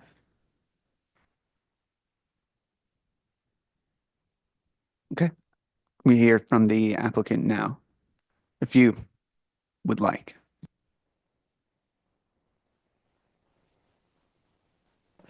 The address I can give you is 1942 Sir Francis Drake Boulevard. And I live in Half Moon Bay, and I can give you my address there if you like to. If you have any questions, I can answer. I'm here for that, and I get one of our managers with us. We have owned the property since 95, someplace there, and we leased out to, I think, 2 different tenants since then. And the folks were there last, they just didn't want to renew the lease, and so we had to take over, and that's what we did. After that, we cleaned it up and with the permits, and took some of those, environmentally, it was not sound to have those lifts in the ground, so we removed those by working with Morgan County Environmental Health.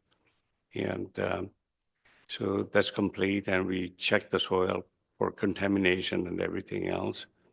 We checked all our double contained tanks, lines, and piping in place. And if you have any questions, I'm here to answer. Thank you. I know Commissioner Jansen had a question. I do have one question. It's just a detail, but in the plans on the existing conditions, there is on the left side of the building what looks like an existing station to inflate your tires or something else that's related to air. It's noted as to be relocated. The new plan doesn't show where it will be. If you don't mind, I can ask our manager please. to help Joe relocation.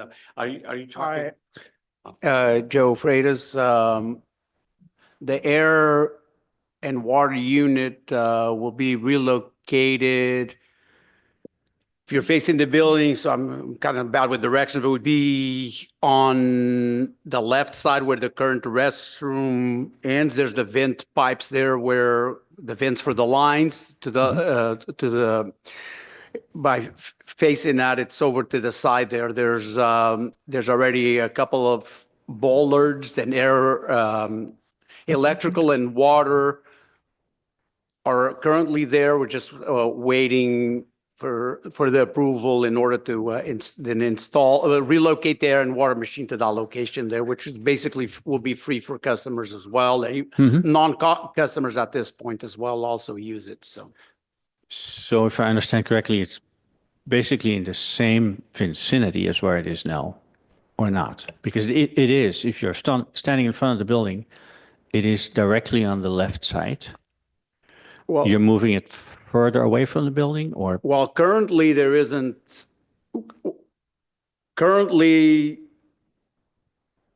there isn't the air and water machine would be moved a little further further to the left of it. And so from where it's in front of where the restroom currently sits, it will be just against the back wall further towards the corner of the property. I see. Okay. Yes. Thank you. Sorry about that. Thank you. I think Commissioner Swift had a question. Yeah, I had questions for the applicant. Sorry about that. No. Can you tell me what types of items will be sold in the convenience store? Food, drinks, gifts, automobile supplies, clothing, that type of thing? Can you give me an idea of what is intended to be sold? Yeah, we will not be selling any gifts because we are not in that business, and we'll be basically the waters and sodas and chips. Just folks come in there to pick up something, and they just a quick items. And it's not a big store. It's by the time we address the ADA. By the way, I'd like you to know that we got sued on the ADA by the ADA there too. The gentleman sued us, and we were in the court on that one. And so we do have to address this ADA entrance pay point, and it takes a lot of room when you put the aisles.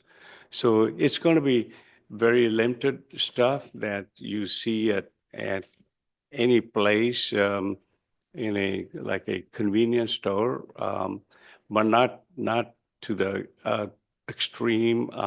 We would like to cater to the like a little bit to the automotive, like if somebody's need a fuse or something else, that those things are going to be there. Basically, they call it automotive area for it, and then some pet-friendly stuff we put in, very limited, nothing big. These are small items, just for necessity items. Those folks are traveling, and they're basically between the hours we are open. That's the only time we can sell anything. Okay, a couple more questions for you. Sure. I'm trying to compare the Rhino's usage and the Alliance plan. The hour, do you know the hours that the Rhino accepted gas deliveries? In here, it's saying for Alliance, it would be from 6 a.m. I think to 10 p.m. That's correct. But we can, if you want to put some kind of condition on that, we'll try to bring them in the daytime. We don't want to be inconvenient to anybody. I don't know how would that affect anything, but 6 a.m., 10 p.m. is those big trucks, they like to deliver when there's not heavy traffic, and we advise them so they don't be congesting the main highways and stuff like that. So we work early in the mornings or late in the evening when they deliver. But 6 a.m., 10 p.m. is pretty common. Okay. And do you know how the timeframes that Rhino got theirs? We did not. Okay. Yeah, we don't dictate that kind of stuff. They were just leasing from us, Rhino folks, and we did Okay. not have any. And when they deliver from 6 to 10, because the store part would be open from 7 to 9, there would still be staff there to accept the gas, correct? No, we don't have to be there. They can drop the fuel before and after it. But we tell our suppliers that don't bring any fuel after 10 p.m. or before 6 a.m. Okay. That would be the condition put in by the city. That's fine with us. And as far as lighting, so part of the application is for lighting on the building to replace what would have been there for Rhino. I don't recall if Rhino had 7 lights around the building. Is there a plan for turning those lights off when the convenience store part is closed? So those lights are not on all night? We won't leave the lights all night. No, it's when we shut down the station, it's closed unless we leave the dispensers, what we call them dispensers, the pumps. If we leave those on and they have they're lit up, but there's no canopy light. So if somebody wants to get fuel in emergency, they can. But if you want to put a condition that we shut it down at night, the fuel at 9 o'clock or 10 o'clock at night, we will do that too. So. But the fuel right now is planned for being open 24/7, right? We are not running 24/7. If I'm correct, I mean, ask Joe, isn't that 6 to 10 or 9? Right now, we're 7 to 9. Oh, I'm sorry. Go ahead. Right now, we're open from 7 and we close the pumps and everything at 9 at night. So the pumps haven't been left on. So Yeah, so that was my mistake because I thought when I had talked with them, that they wanted the option, to maybe keep them open, but if that's what they No, want. this is what we've been doing because we didn't know what was previously done. I mean, if we could leave the pumps on at night with just the dispenser lights on, and that's beneficial for someone needing fuel at 5 in the morning, as an example, then we would like to do that if it's possible. But if there's a condition, whatever, up until 9 at night, then we'd obviously abide by that. In regards to the lights, I think you were asking if you currently look at the building lights, they're fluorescent lights. That's what's on there. I think 7, 8 footers, which is pretty much non-existent. You can't really even buy them in California anymore. It's hard. So the idea would be to move those out and put in something that's compliant with the night light or whatever, what's approved by the town and stuff, and remove the chemicals that those fluorescent lights actually have in them when they fall and explode. There's a bunch of stuff, that dust and all that. So I think we improve the quality of lighting and also keep it safer for everyone. Thank you. All right. Thank you. Unless anybody has further comments for staff, I'll open public comment. Okay. We're now taking public comment on this agenda item.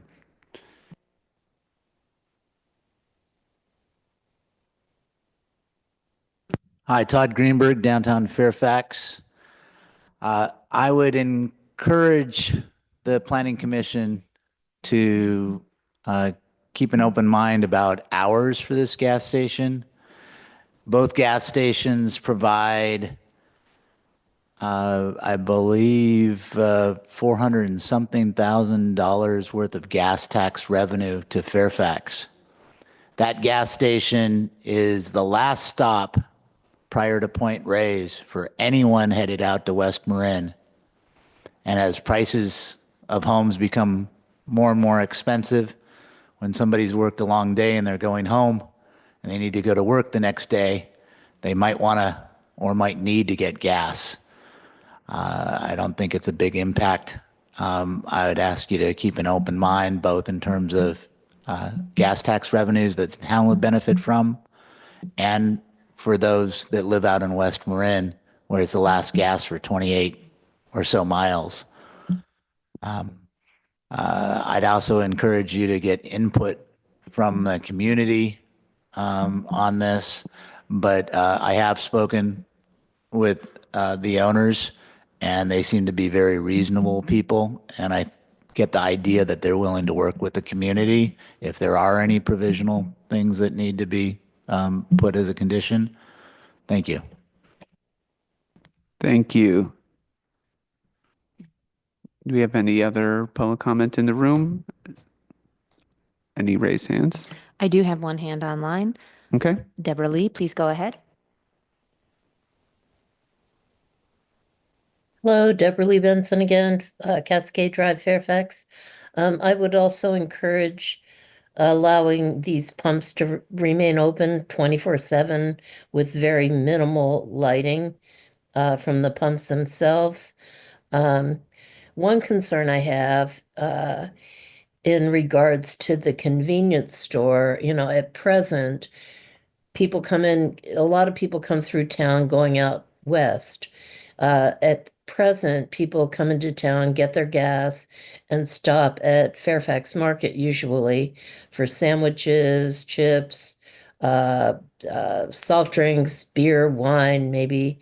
If the opportunity to provide more product arises beyond, say, chips and a soda, I think that, and, including perhaps a liquor license in the future, I think that would impact our local market and their business, because I know they do get a lot of pass-through business. So I'd like you to take a look at that. Thank you. Thank you. I see no more hands online. Great. We'll close public comment for this item and bring it back to the commission for discussion.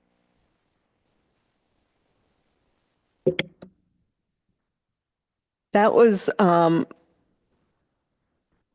what the store would carry, was a concern of mine as well, and the effect on local businesses like Fairfax Market or the Salt and Pepper. If the mini mart is going to carry packaged sandwiches, that type of thing, that could affect the Salt and Pepper. So that was a concern. And I'm not sure, it sounds like there's going to be very minimal product there, so maybe that won't be an issue for those other two businesses, and that's good.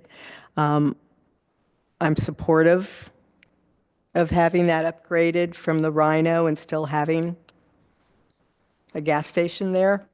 The one concern that I do have, and we haven't spoken about it, is signage.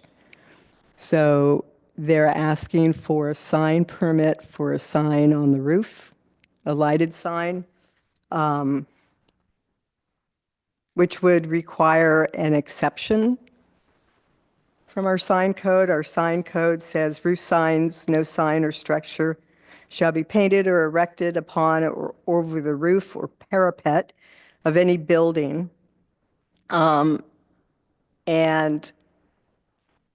I think the reasons for having the sign on the roof, that was in the staff report, where it would be difficult for people to note that there was a market there when driving through, so you needed a sign on the roof. I don't agree with that reasoning for that. I think when you look at the corner where they've got the Alliance sign and the gas prices, there is room there to identify that the Village Mart is there as well, and that would eliminate the need for a sign on the roof that's also lighted. So other than that, I would approve the project.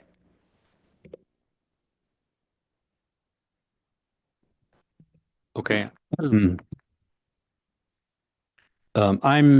I think this is a good project. I think it actually improves the area. The little mini mart, or the convenience store actually would certainly help.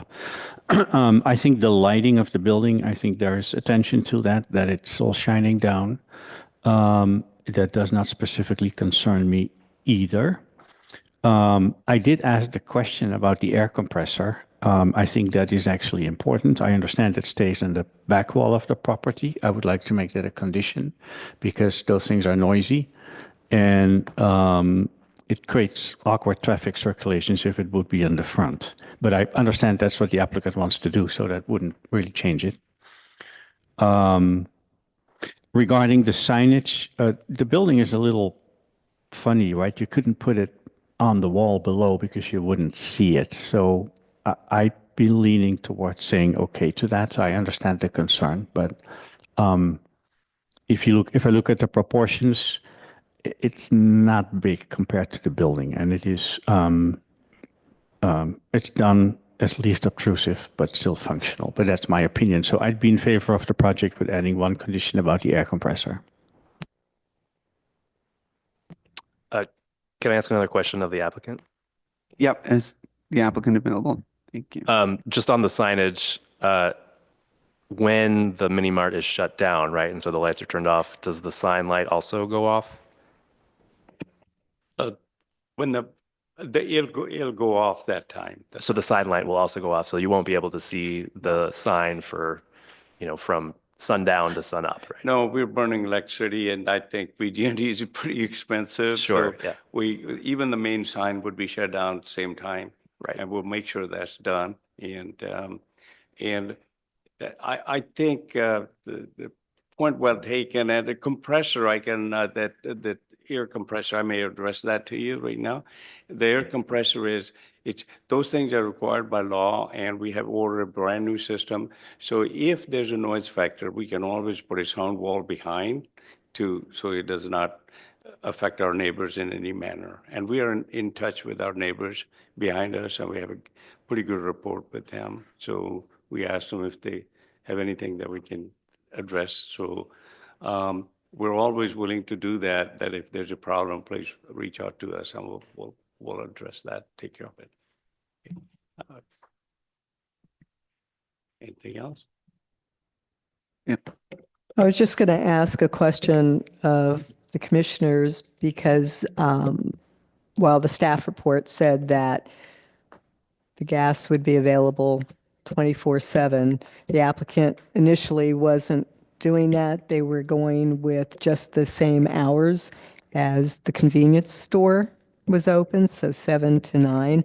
So I think commission needs to weigh in on whether you're okay with 24 hours for the gas or not.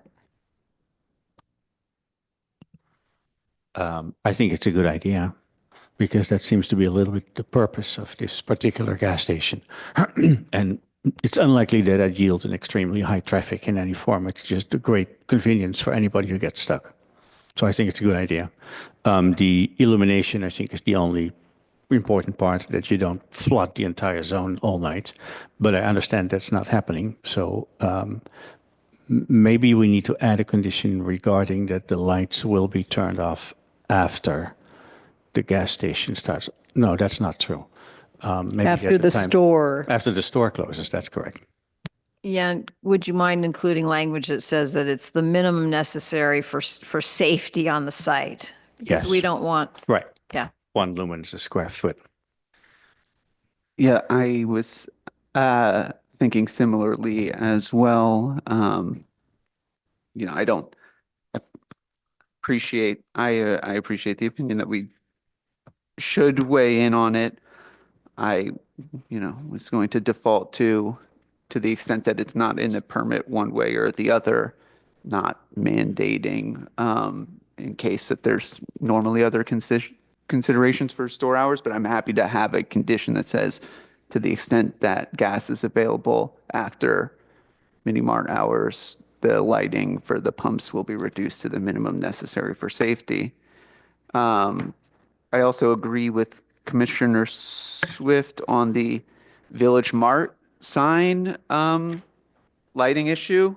I'm not as, I think the sign itself makes sense and where it is. And in some of the pictures, it looks like the lights are all below the sort of eave of the roof. But then on the close-up of the sign, it shows lights hanging down over the sign itself. And I question if that's necessary, especially if the mart is not open really at night. It's, sort of, there's a period of time, I guess, between sundown and sunup where it's not perfectly bright out, but we're not attracting people to the Village Mart itself in the middle of the night and with them needing to see that sign. During the day, I think it would be perfectly visible without that extra backer panel with lights hanging over it. Otherwise, I appreciate and think the lighting design overall is fine. It's just those sort of 3 lamps over just the Village Mart sign on the roof that if the commission also thinks should not be needed, I'd be in favor of leaving that sign without extra illumination. Other than that, yes, I'm generally favorable with the condition that the canopy lights and the pump lights are off. I would be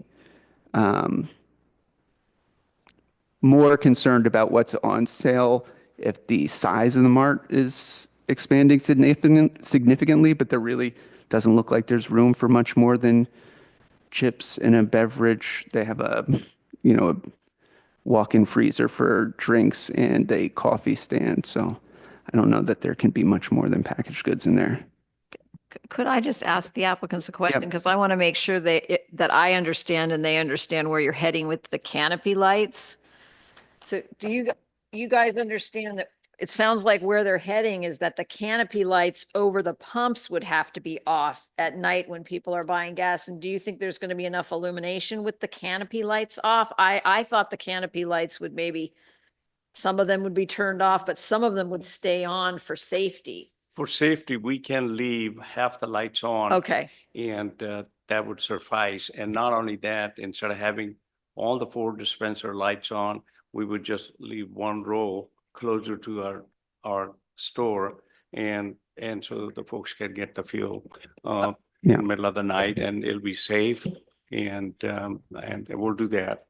We can accommodate that, and we can ask our electrical engineer if we can come up with something else which will be safer and not too bright to be there. But for safety reason, we should have lights. Yeah, I think that was the intent, minimum safety lights. So that is not very bright. Yeah. So the rest of the commission, I still have concerns, even though I appreciate the fact that you agree that the sign on the roof does not need lighting.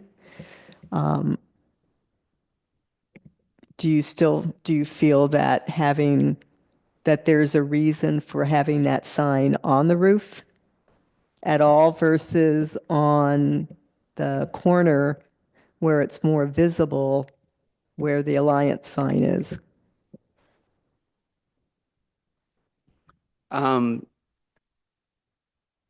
Yeah, I don't feel strongly one way or another. Commissioner Bella. Yeah, I mean, I support the conditional use of the combining the retail and service use. I think that makes a lot of sense.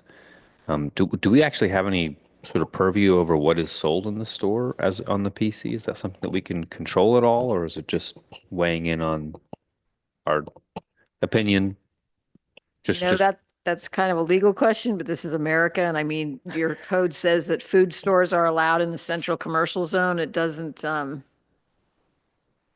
give any indication that you can dictate what's sold at a Not food necessarily store. part of our purview as the I designer. guess if they were selling I things that can. weren't food, if they were selling just a couple of sandwiches and skateboards or something. We don't need to dwell on that. It's a minor point, but I actually agree with Commissioner Swift on the signage. I'm concerned about the exception for a sign on the roof, and just curious if we have any other examples in the town where we've allowed that exception. I think that the sign to me looks a little bit obtrusive, and I wonder if there's more creative ways of both doing what you need to do in terms of indicating the presence of the store without allowing an exception that we may not have allowed in other cases in other parts of the town. So I'm sure there have been roof signs in the past, right, that have been approved by the town. I don't know if there's any right now. But what my concern is because of the location of the building in the back corner, people that aren't familiar with town, if it's at night or whatever, it's dusk, they see the sign out there. I mean, I guess they'll eventually make their way to the building, but to me, with the concave aspect of the roof, the sign is not going to project above it. So the code allows you to grant exceptions. It doesn't say, you can only grant them if you can make the determination that that's the only location for the sign. It just says the sign has to comply with the design review criteria. So that's what you need to focus on. If the majority of you don't think it meets the design review criteria, you can ask them to come up with an alternative sign that, but they would probably have to come back because that sign on the corner was approved for a specific number of signs. And I don't really know how they're going to add an additional sign to that structure. I think it's going to make it a lot taller than it is now in order to be seen, or it's going to be almost hitting the ground underneath. So that's not clear to me, but you could approve the conditional use permit, continue the sign permit, and ask them to come back with some alternatives. So let me clarify my initial take on it. The building has a very low roof, so if you put a sign under it, you wouldn't really see it. Certainly not because the building is set back. If the location is right where the store is where you want it, not on the corner, because you want to point to that. So if you would want to do it compliance, you could build a dormer on top of the roof, but that would be a silly way to do it. So the sign sits there by itself, and therefore it's an exception. Yeah, I mean, that was sort of my reasoning looking at, and the size of it is not, it's not absurdly big. That was kind of the canopy of the pump station is in front of it as well. So there's more structures that are there. So that was my reasoning to weighing it up and say, yes, this is an acceptable exception to me. But that's just for thought.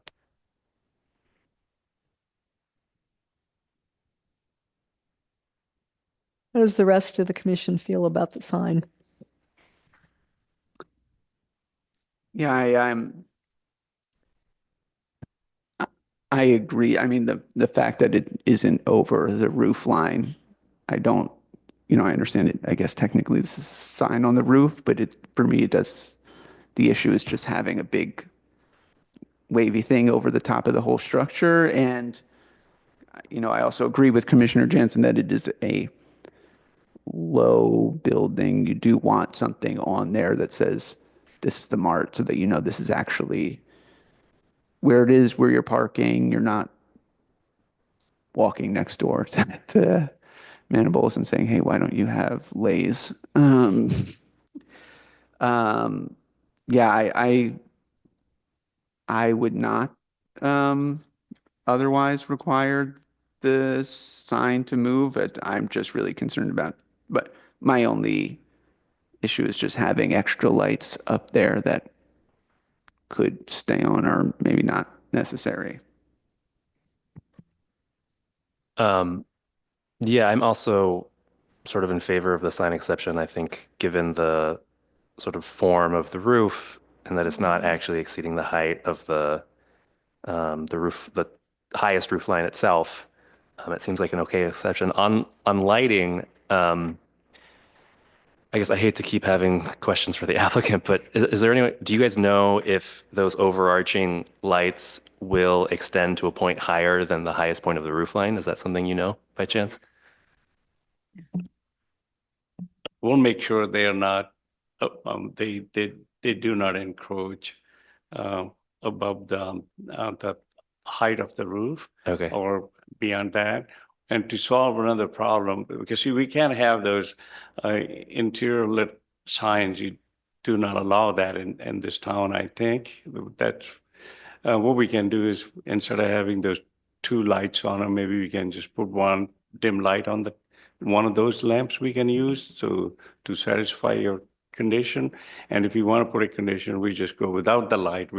So at least in the daytime, folks can see that where the entrance is. Sure. And if that same sign, we can drop it down if we would like to. Sure. As long as we have a clearance, so that it be right above the entrance, where it'll be automatic door. We can do that if you please. Got it. Okay, thanks. I don't share the concern about the lighting, particularly considering that it's going to be off for the lion's share of the evening, but it sounds like the applicant is very amenable to changing or removing it. And so if the commission feels strongly in the reverse way, that's fine on my end as well.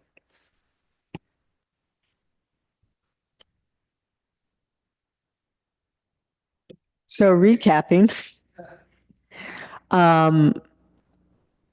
we're okay with gas 24/7 with, the minimal light underneath the pumps for safety. We're okay with the design of the building. It sounds like folks are okay with the sign, and that so the only thing there that I would like to see is just having the lights removed off the sign. Just, comparing the signage, proposed signage to the Farah's Auto in San Anselmo, it's just, I don't know if this is something that's even under the purview of the Design Review Commission, but it just, that sign feels a little generic in terms of the design. And I think what's, one of the characteristics of Fairfax is the sort of diverse community. So I would encourage, I would recommend that we approve the conditional use for the two uses, but ask them to come back with another proposal for the sign that's maybe a bit more aligned with Fairfax standards for creativity. I think that's hard to determine or ask an applicant to come back with a sign that meets Fairfax's creativity. And then how do we then look at that and assess that? So I'm fine. It seems everybody's fine with the sign on the building, on the top. And my concern is just having it lighted. So other than the lights on the sign, I'm good with this. The applicant seems to be amenable to minimal lighting, turning off the lights on the building when the market's not open, assuming that he may need some lighting or some of those 7 lights to be on perhaps for safety. So I'm okay with that, other than the lights on the roof sign. And I'm happy he's here and fixing up the gas station and willing to work with the town. Yes.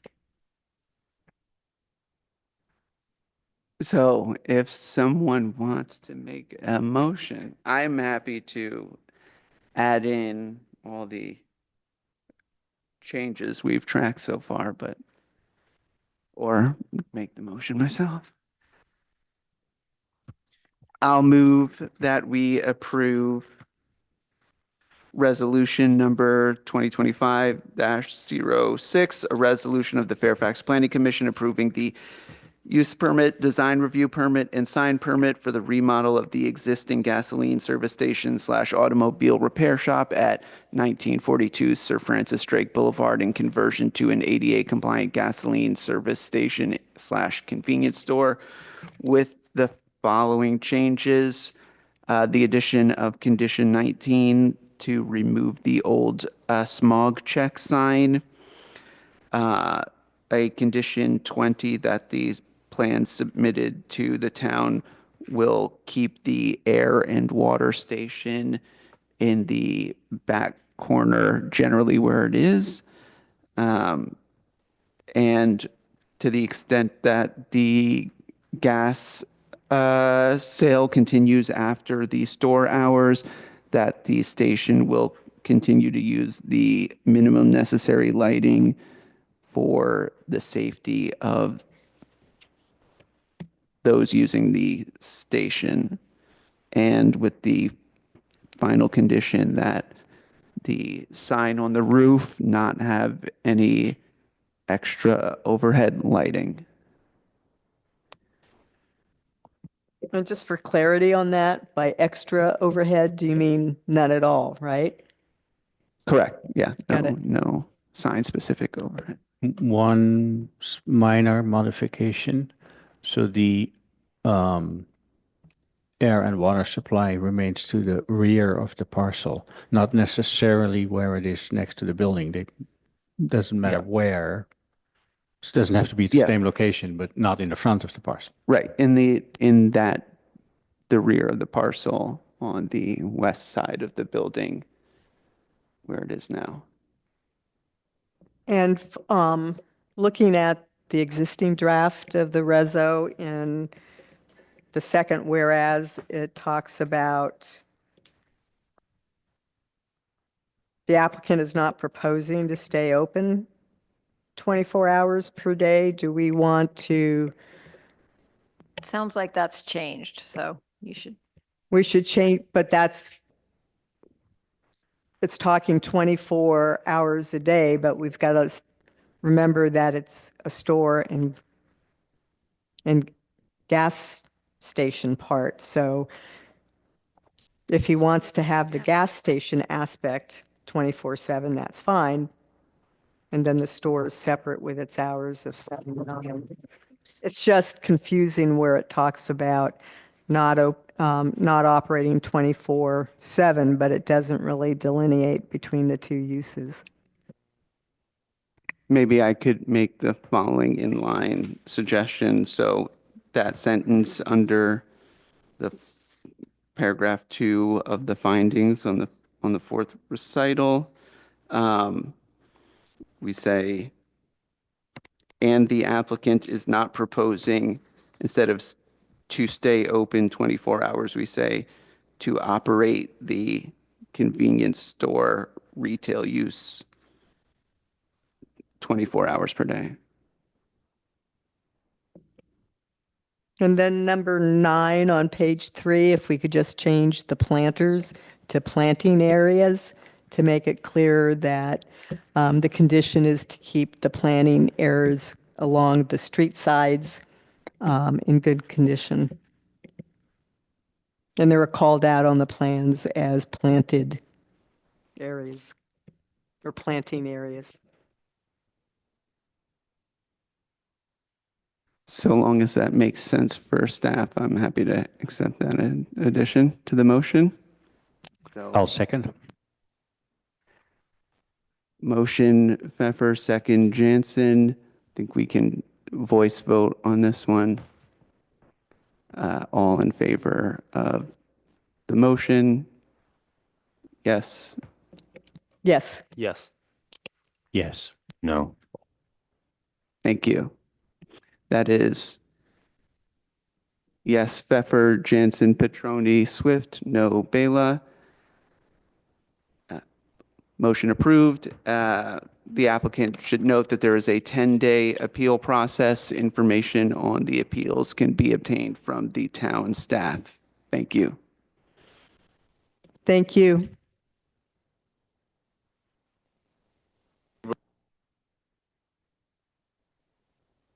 Thank you. Thank you.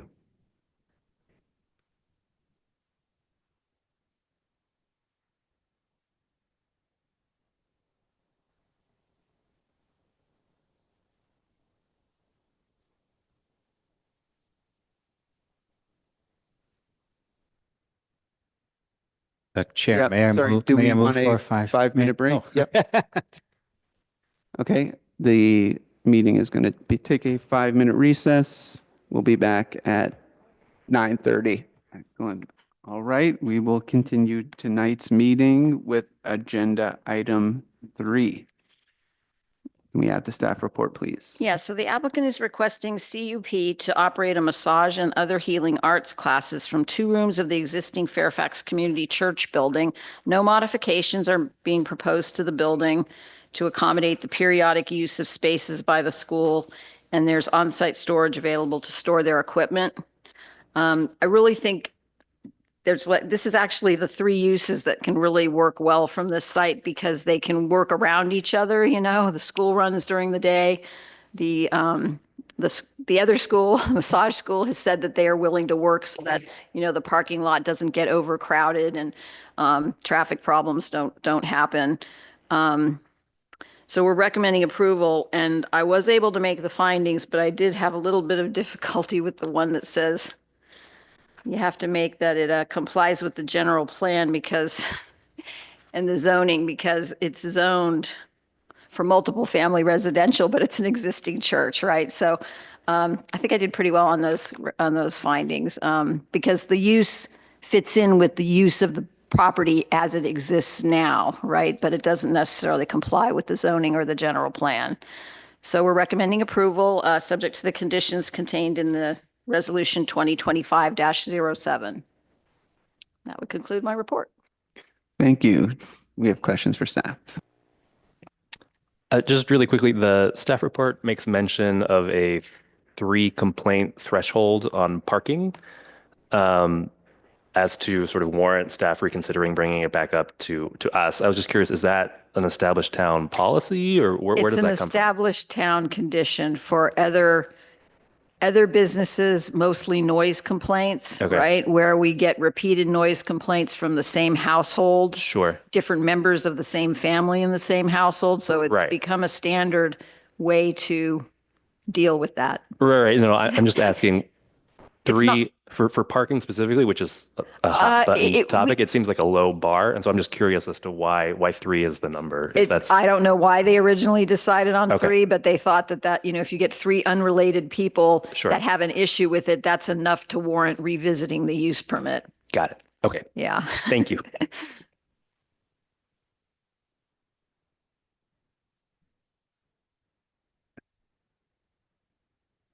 Any more questions for staff? Yeah. I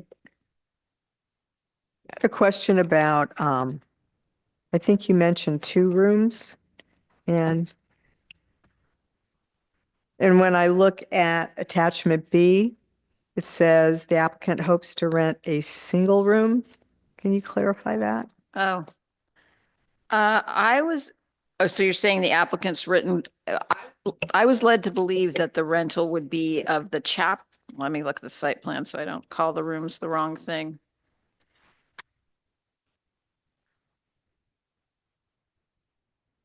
Sometimes there may be 2 classes occurring at the same time. So the sanctuary, but the applicant can correct me if I'm wrong. The sanctuary and then the burger hall is what I was led to believe could be used for the classes, depending upon the size of the class.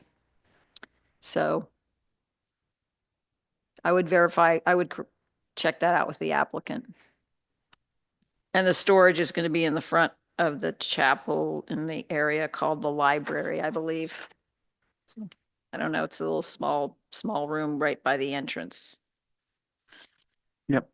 Commissioner Bailiff. Yeah, there's in the resolution, this is a sentence about reestablishing the school since it was closed in 2022. Was there a previous massage school at this site or somewhere? No, my understanding is the applicant can address that too, is that there were other schools in Marin prior to 2022 and the pandemic led to them all having to shut down. And so this is They were somewhere else in Marin. Yeah. Got it, thanks.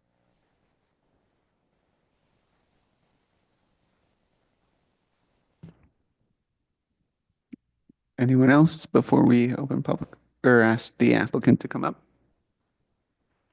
There's an applicant here that, yeah. Okay, thank you.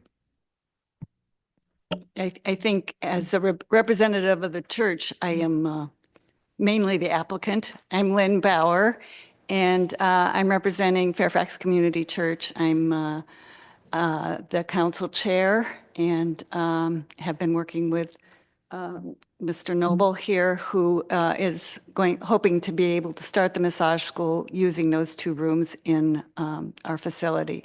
And he's here willing and able to talk about what they hope to do.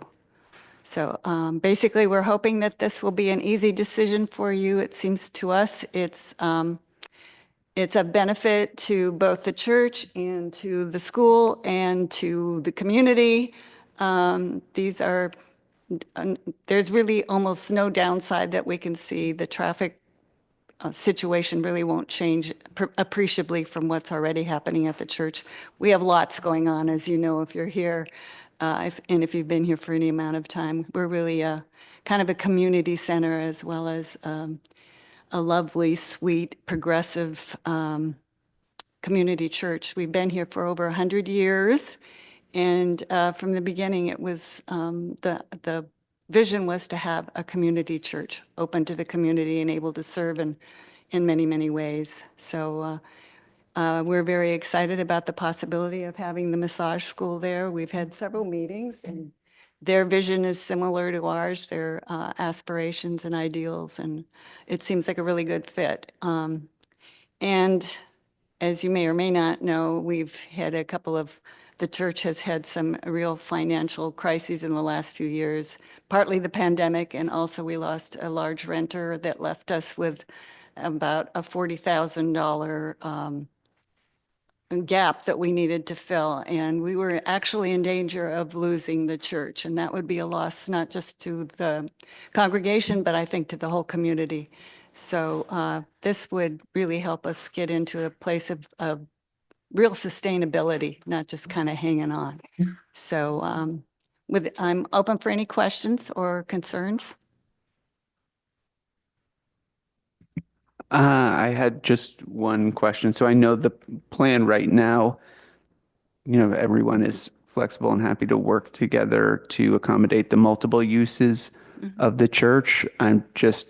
Are you facilitating conversations between the preschool and the massage school and the food pantry, or just want to know what that process has been so far? It's been mostly those of us, myself, for example, talking with those people, but we would be happy to facilitate conversations, formally between the school. And it's, we're working to make it all work schedule-wise, and I don't see that there are any problems. Something came up about the food pantry, which is on Saturday mornings, and you've said you've been willing to start later so that it doesn't impact traffic coming in and out of the church area. So just, it's just a matter of talking things through and making it work. Great. My one, I guess, thing that I was thinking about on this was I know with kids in general, oftentimes people are not picked up on time, and just wanting to make sure that there's, somebody has made sure that there's a plan that nobody is going to be double booked because schedules just happen not to work out, and I think the spaces are separate. So yeah, and the children are not there on the weekends, and that's when most of the class time will be on the weekends, and a couple of evenings starting at what time did we say? At 6, yeah. By that time, all the children are long gone. Okay, thank you. Sure. Anything else? No other questions if you want to speak as well? Yeah. Hi, my name is Lowell Noble. I attended the last school to close here was Diamond Light School of Massage and the Healing Arts. I represent three families. Three were students from that school. Varja Matsu, she lives in Fairfax for many years. Is also Jocelyn Oliver ran Alive and Well in Marin County. Both of those people are going to teach at the school. So basically, I try to get people to open a school. The people that have done it for years and went around to all the big names, for me as a massage practitioner. And I couldn't get them to do it. So, I found a couple other volunteers, and we have some really great teachers that have been doing this, second, third generation they're not willing to teach anywhere else. They live in Marin, they love Marin. And, so we don't have a school here, massage school here. We're going to get approved by the Bureau of Private Post-Secondary Education. And then there's a second bureau, the CMATC, Council of Massage Therapy, CMTC, it's a California to certify people to do massage. So there's no other school, so it's difficult, we applied last May, and so we're working through the process. So it's a long process, a lot of work, but we're happy to do it. Like we said, we think it'll bring something to the community, to Marin as a whole. It's a high quality school. The other competitors are more corporate, more get people their degrees so they can work. And we're really try to develop people, spiritual focused meditation, learning about yourself and bringing that into massage. And we really think that especially the pandemic showed the need for touch and for human communication. Myself, I've experienced in 12-step recovery. So I see people when they're sick and they're down and they're recovering. So it's kind of a passion. I've worked in the school district as a systems administrator for 16 years, Mill Valley School District, working with computers. I worked with TAM District for about 6 months. So I have, I've been before board meetings and things like that. So, and we have an interesting team. Two of the spouses are scientists at Buck Center and one at Marin BioMarin. So I think we're, three interesting families that are trying to build something, kind of neat. And we're going to actually use one room, we're going to go between one or the other. And the daycare is over on one side. It's totally separate. They use a burger hall sometimes during the day. And then during those weekdays, when they use that hall, we use the main hall where the church services are usually held. And then on the weekend, depending on the size of classes, we'll have it in the smaller room or the bigger one. And, once we kind of set out the year ahead, but in that framework, we can be flexible with everything else. That I just need the teachers to agree to, work the hours and, so we can work around the food bank, which is really important to the community. And yeah, hopefully bring, get more massage therapists. And Marin is well known.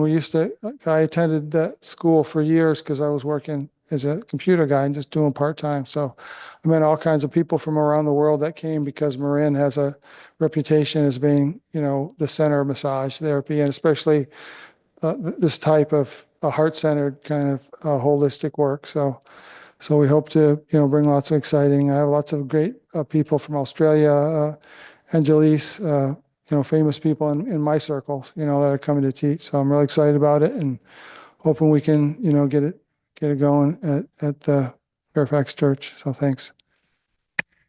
Thank you.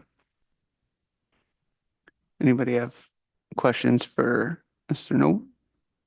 Okay, we'll open public comment on this item. Please, thank you. Hi, Todd Greenberg, downtown Fairfax. I'd like to speak in favor of granting the conditional use permit application number 2508 on behalf of Lowell Noble, Marin School of Massage and the Healing Arts, and the Fairfax Community Church. This, to me, is a very Fairfaxian use of the area that's efficient and blends well with existing uses and is additive to Fairfax in many different ways. It's a win for the church. It's a win and a big feather in Fairfax's cap to have a massage school here when they're isn't currently one in Marin. It's a win all the way around. So I would speak highly in favor of this and hope you will approve it. Thank you.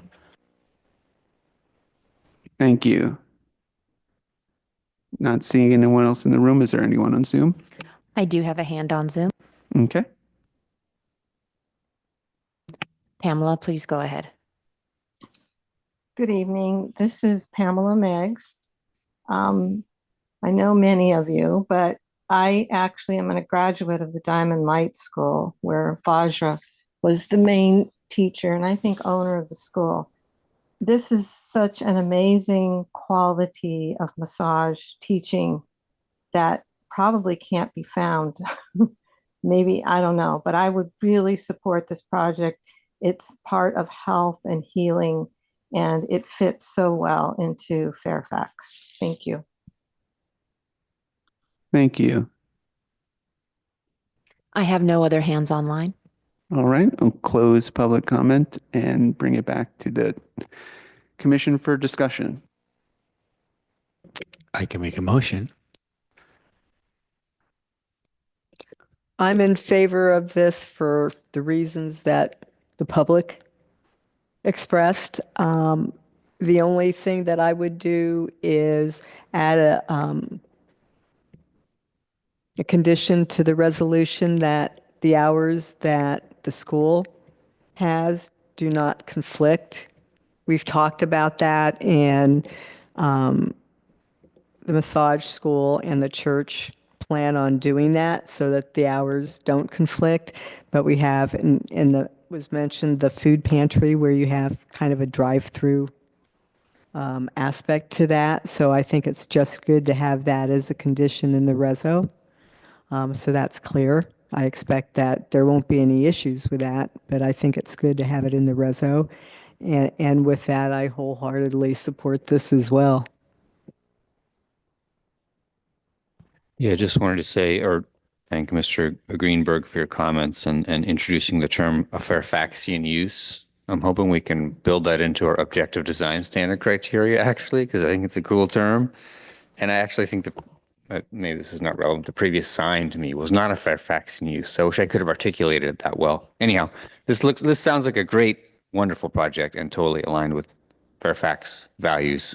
Clearly a Fairfaxian use, and I very much support it.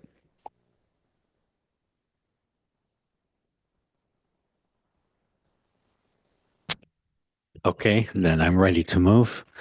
Resolution 2025-07. Sorry.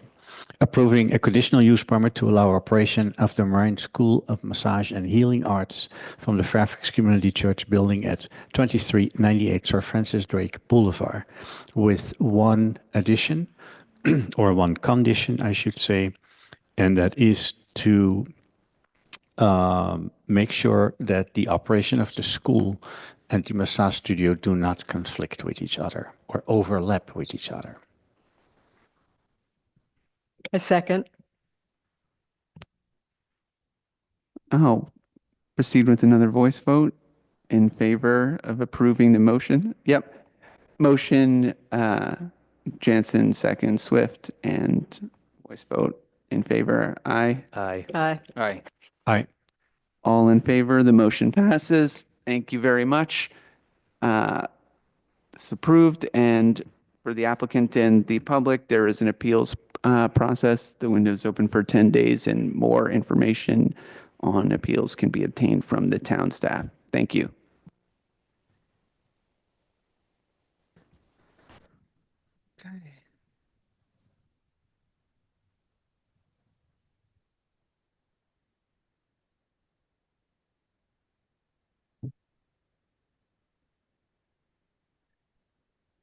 And I think we'll move ahead, keep things going with agenda item 4.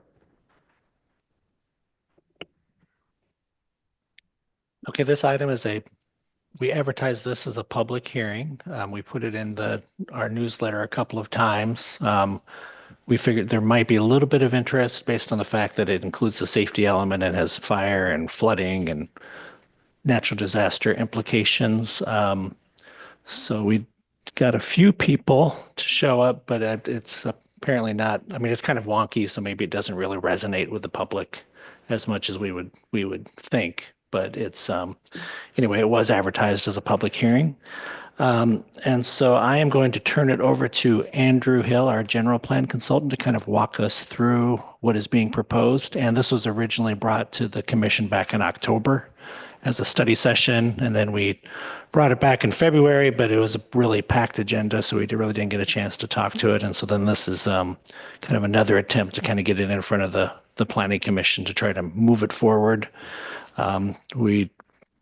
It's kind of the conclusion of the housing element update, as Andrew will explain. It's kind of the final general plan amendments that we're required to make. So anyway, I'll turn it over to Andrew. And Andrew, if you want to share your screen. Yeah. Good evening, everyone. Can you hear me okay? And can you see the presentation? Yep. Great. Well, thank you, Jeff. So as Jeff has said, tonight is a hearing on the updated land use and safety elements of the general plan. Before I go into the presentation, I just wanted to set the stage with a little background. So the town started a limited general plan update back in 2021. The primary purpose of that update was to update the housing element of the general plan per state law. Now, state law says that when you update the housing element, you also need to update the safety element to ensure that hazard and emergency evacuation planning stays in sync with residential development. And then in Fairfax's case, the need to accommodate a larger share of the regional housing need also triggered the need to update the land use and the town center element as well. So on that basis, the town council directed staff to prepare a limited update to the general plan focused on these four elements: housing, safety, land use, and town center. So it's not a comprehensive update, but just limited, focused on that. So the statutory deadline for updating the housing element was January 31st, 2023. In late 2022, when it became apparent that that deadline would not be met, the town council brought on my firm, Diet & Budget, to help finish the housing element. Because the January 31st deadline was not met, the town was then required to complete any rezoning needed to accommodate its RENA obligations within 1 year of that statutory deadline. So by January 31st, 2024. Also in that time frame, an EIR was required, and really it just wasn't feasible to update the other three elements at the same time and also complete all these other requirements within that 1 year period. So the decision was made to bifurcate the project. The housing element, the zoning code, and the EIR proceeded, and then the intent was to follow up within a few months with the other elements. So right now, the updates to the land use, safety, and town center elements, without those in place, the general plan is internally inconsistent. And also, per AB 2140, the town needs to integrate the local hazard mitigation plan into the safety element in order to remain eligible for funding from FEMA and the state. And so there is some imperative to complete the project. And so with that context in mind, as Jeff said, the public review drafts of the updated elements were made available in September of last year. And the purpose of the hearing tonight is to provide an overview of the contents of the elements, to hear public comments, and then, if appropriate, to receive a recommendation from the Planning Commission for the Town Council to adopt the elements. So let me start by giving you an overview of the safety element update. I'll start with the process. As I said, the public review drafts were available in September of 2024. But what we did here was the Marine Wildfire Prevention Authority has prepared a GIS-based tool for all communities in the county to use in modeling emergency evacuation capacity and risk. So we coordinated with Marine Wildfire to use the tool in developing policies and maps for the updated safety element. All of the content in the public review draft has been reviewed by staff from the town and also from the Ross Valley Fire Department. Additionally, a subcommittee of the town council has reviewed and provided guidance prior to the release of the public review draft. So the 2012 safety element, the one that is currently in place, includes a robust framework of policies and programs that's organized around 4 goals, the 4 goals you see on the screen here. It includes maps of hazard areas and narratives discussing local conditions. The policies in this element don't address police protection services. And while the element acknowledges climate change, there's no policies or programs specifically addressing it. Now, since 2012, several new requirements for the safety element have come into force. First, there's a requirement that the town map and address risk in wildfire hazard severity zones that are identified by CAL FIRE. Second, there's a requirement for a climate vulnerability assessment and that the town develop strategies to address identified risks on the basis of that assessment. And then third, there's a requirement to assess emergency evacuation capacity under a multi-hazard scenario and to identify any residential areas in Fairfax that don't have access to at least 2 emergency access, 2 access points to emergency access routes. And so with that in mind, the public review draft makes several revisions, and I'm going to walk through them now. The first has to do with the organization of the element. So goals S1 and S3 of the 2012 element are really very similar. And so what we've done in the revised element is to consolidate them into a new goal, 1, about protecting life and property from hazards. By doing this, we can eliminate some duplication of policies that occurs in the 2012 element. Goal 4 from the 2012 element becomes goal 2, but it's been expanded to specifically reference the effects of climate change, addressing the requirement in new state law. And then goal 3 is about emergency evacuation, and it's been added to address those new requirements for emergency evacuation capacity analysis. And then finally, we've added a 4th goal about police and fire, so that those priorities are enshrined in the general plan. Next, the wildfire policies and programs have been refreshed. In the 2012 element, a number of policies committed the town to actions that are really in the purview of other agencies like Ross Valley Fire. And so the safety element those policies have been reframed to reflect where the town has jurisdiction and to focus town actions accordingly. We've also incorporated some best practices as recommended by CAL FIRE. And then also we've refreshed all the maps in the element with the latest available data as well. The second goal has to do with it deals with the adaptation and resilience. So the local hazard mitigation plan, which was adopted last year by the town, has a lot of background information, including a climate vulnerability assessment that satisfies some of the requirements for the safety element. And so the draft safety element incorporates the local hazard mitigation plan by reference, which means that it makes the local hazard mitigation plan part of the safety element to efficiently incorporate that data information that's required under state law. To complement the local hazard mitigation plan measures related to adaptation and resilience, there's some additional programs and policies that have been added into the safety element.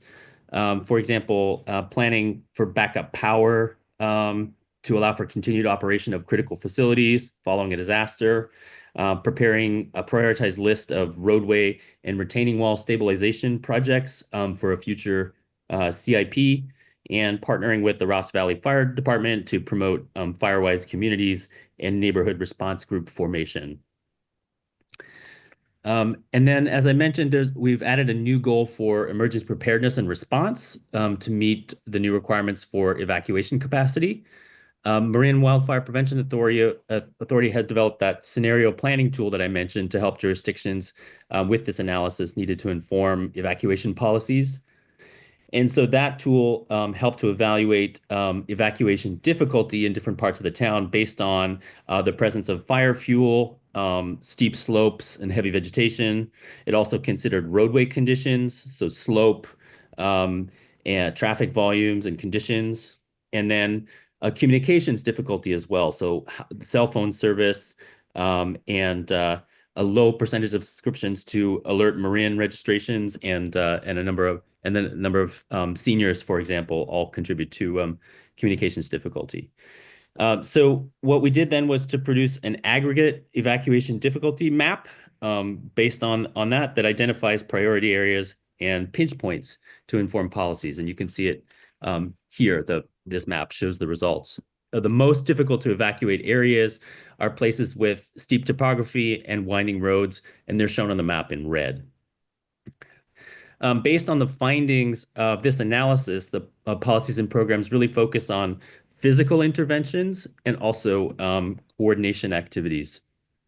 So to improve evacuation capacity, there's physical interventions might include prioritizing the maintenance of evacuation routes in the capital improvement plan, and then pursuing funding for retrofits and roadway improvements in areas that don't have 2 points of ingress and egress for emergency access. And then additionally, coordination activities would include deploying dynamic message signs, roadway sensors, and other technology to disseminate real-time traffic conditions and alert drivers to delays in order to enhance situational awareness. They would also include targeted efforts to increase registrations in Alert Marin in residential areas that face the greatest evacuation difficulty, and then identifying potential traffic management strategies to ensure the efficient access from feeder streets onto Sir Francis Drake in the event of an emergency evacuation situation. And then finally, based on a review of the 2012 element by town staff from planning and public works, there are several programs that have been completed and are no longer needed. And so those have been removed from the element. So that's a quick look at the safety element. Now let me touch on the land use and town center elements. Again, the process here is very similar to what we did with the safety element. All of the content in the draft has been reviewed by town staff and also by the town council, or the subcommittee of the town council, rather, prior to release of the public draft. The land use element is organized, the 2012 land use element is organized around 9 goals that seek to preserve and enhance Fairfax's village-like qualities and the features that contribute to it, including the natural and scenic open space resources. It also includes an optional town center element, which is really a subset of the land use and circulation elements, and it provides guidance for a future town center plan. In terms of requirements, there aren't any new laws that have come into force since 2012 regarding the safety element, but as I mentioned, the housing element involved increasing densities and the adoption of a workforce housing overlay that's triggered the need to revise the land use element and to make sure that the general plan is internally consistent. The town center element is an optional element, so there's no legal requirements other than that it be internally consistent with the other elements of the general plan. And so of the revisions that we made in response, the revisions that we've made to the land use element, the first has to do with defining the planning area. The 2012 land use element uses various terms, the Fairfax planning area, urban service boundaries, sphere of influence, without clearly defining them. And so what we've done is, it also discusses annexations without mentioning the role of the LAFCO, the local formation commission, in that process. And so the element has been updated to clearly define the planning area and show it on a map, which is included on this slide, together with priority conservation areas and open space that helps define the town's character. The second revision that we've made has to do with the density and intensity standards. State law requires that the land use element include a statement of the standards of population density and building intensity recommended for various districts. That's typically done with land use designations, which are the basis for establishing consistency with zoning. The 2012 element doesn't have land use designations, and it includes a map, but it doesn't define the land uses there, and it only includes density, but not intensity standards. So what we've done in the draft is to prepare land use designations and the standards for both density and intensity, matching what's in the zoning. So it's not changing so much as linking the land use map with what's already in the zoning. And then the third revision has to do with the organization of the land use element. Goals 2 and 3 of the 2012 element don't really have any supporting policies. They just point to the conservation element. And so the recommendation here is to combine them into land use 1 and create a new goal to preserve and protect the natural and open space resources that define Fairfax and contribute to local sense of place. Goal 4 is about wildfire, and that's a statutory requirement for the safety element. So goal 4 from the 2012 element has been relocated to the safety element along with other supporting policies. Goals 5 and 8 are really closely interrelated. So they've been combined into a new goal about a compact footprint and a sustainable development pattern. Goal 6 is really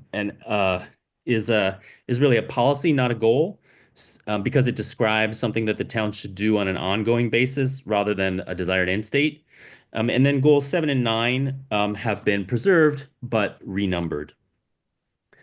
And then additionally, there's historic resources. The 2012 element identifies preservation as a priority and provides guidance for developing a future inventory of historic resources, but it doesn't include any actions to protect or preserve existing resources or as yet undesignated but potentially eligible structures.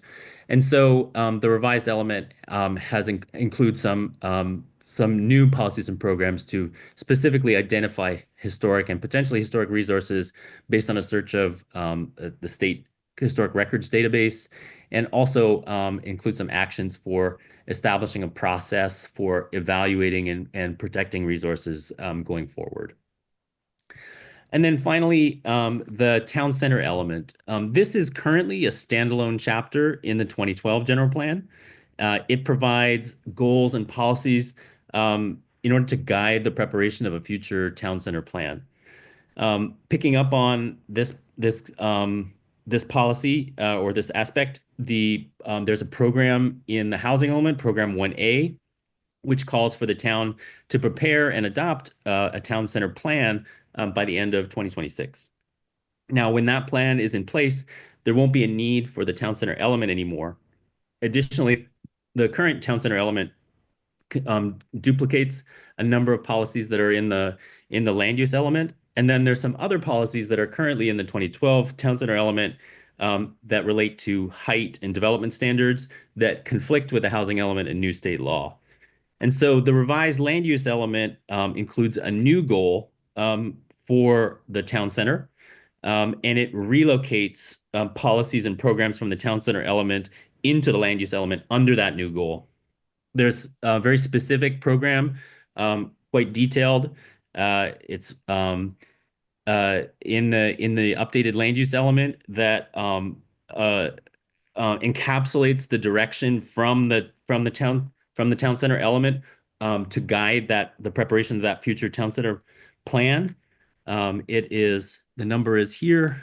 It's masked on my screen, but it's land use LU 3.1.1.1. So that's a very detailed policy that encapsulates all the guidance from the town center element into the land use element. And then additionally, the land use element incorporates some new policies and programs that support downtown vitality and which would go into effect as soon as the land use element is adopted. So overall, there's nothing that's being lost here. What's happening is the town center element is being consolidated with the land use element in anticipation of the preparation of that town center plan that the town committed to adopting as part of the housing element. So that is a quick overview of the contents. Advance the slide. And so on that basis, I'm happy to take any questions. And then the recommended action would be to conduct a public hearing and, if appropriate, to adopt a resolution recommending approval of the general plan updates to the town council. Thank you. Open up to questions from the commission. Go ahead. So just to clarify, so the horizon year of the current general plan is 2030, right? And so theoretically, at some point around 2030, there'll be a larger update process to each of the element with more robust public outreach, with more robust work. This is just a targeted update to various elements as a result of new state law and the approval of our new housing element. Is that right? Correct. Okay, thank you. So, oh, go ahead. So looking at the safety element, and I apologize, I didn't look at it from the last meeting to now, but there's a lot of, I found a lot of things in here that aren't accurate at this point in time. And I also had questions about some of what we have in here. I know we have to identify locations that don't have 2 evacuation routes. And I don't know how we've identified those. We have an emergency evacuation routes and regional wildfire mitigation project map, which has evacuation routes major and minor. There's also an evacuation, and I can't read the last part, constrained residential parcels, and it identifies evacuation constrained residential parcels with one color, residential areas with another color. And I guess what I'm trying to find out is how do we meet SB 99 in identifying those areas that do not have 2 ways out, and what is the definition of 2 evacuation routes? Because I look here and I don't see them necessarily as relating to a major or minor evacuation route for the town. I was thinking more of, I've got these 3 blocks, if you will, and you can only get out of those 3 blocks one way. So if I'm in a parcel on that block, I only have one way to get out from my home. And that's not real clear here as far as SB 99. And then I also have some of the information in here is no longer accurate, or we're referencing one agency and it should be another agency that does that work. We don't, the county doesn't use Nixle anymore, so that there are a lot of things in here that aren't current. I can answer if I can. Your first question, which was about SB 99 and the emergency constrained parcels. So I'm going to share my screen here and show you a map from the safety element. It's figure S8. And so this is based on the analysis using the Marin Wildfire Prevention Tool and GIS to identify areas. The areas that are shown in red are residential areas that don't have 2 points of access to an emergency evacuation route. And so that is how the requirements of SB 99 have been identified. And then there's some text on page 16 following up on page 19 that explains specifically what that means. And so it is figure S8 satisfies the requirements of SB 99. So if I look on that map,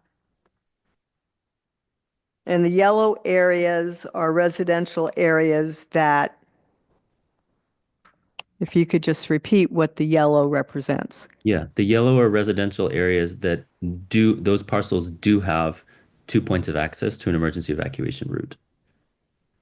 Okay, so I see, for example, there's one street on here, Cypress Drive. So Cypress Drive is one way to Laurel, and at the other end of Cypress Drive is a trail. I don't know that I would consider that 2 ways to evacuate. So that's what's confusing to me as far as delineating on here 2 ways to evacuate. So the Cypress parcels along Cypress are indicated to be evacuation constrained in the red. If I'm reading that right, on the Cypress Drive, they're all indicating, they're the red color, which means that they're constrained. They only have 1 point of access on Cypress. Okay, so I can bring that to staff on that, because I will tell you that Cypress Drive is only 1 point, which is the yellow. But anyway, There's 2 Cypress Drives on the map, so you're right. There's a lower Cypress and an upper Cypress, but those are some of my concerns on this, and then some of the other items on here aren't clear or up to date. So as far as looking at it tonight.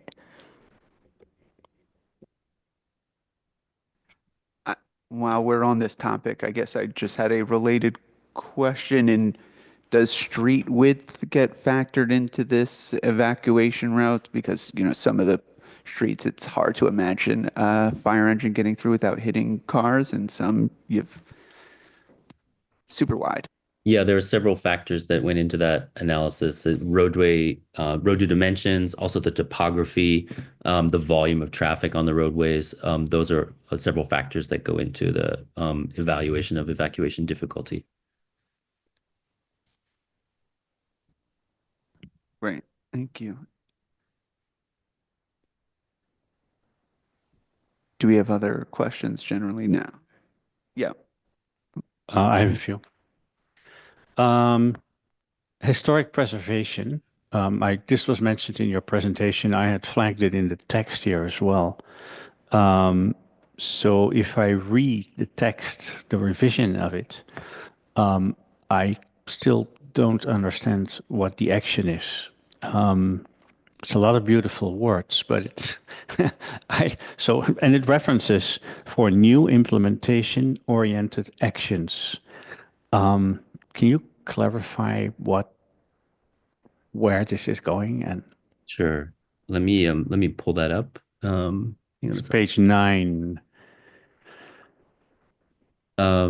So this is the land use element, and goal 5 is about preserving and restoring historic resources that enhance sense of place. And we've indicated here that this policy and this implementing program, and then these 2 policies are newly added. This one was previously LU 9 1.1, and it's been retained. Can you point me to I can't read the screen. Oh, I'm sorry. Can you point me to the page you're looking at? Yes. So it is in the land use element. It is page 16. I'm not sure which page of the package it is, but I see. Okay. What? It's bottom of 16, top of 17. 52.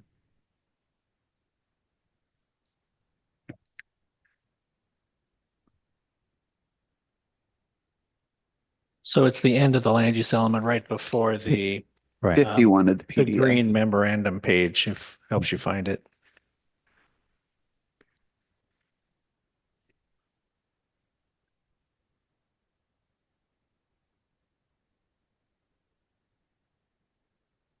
Okay, thank you. Yeah.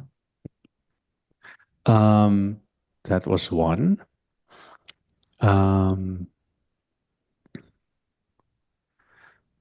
Then this may be a minor thing that's in the geotechnical area. That's S1.3, that's to require a geotechnical study in areas where sewers are not available.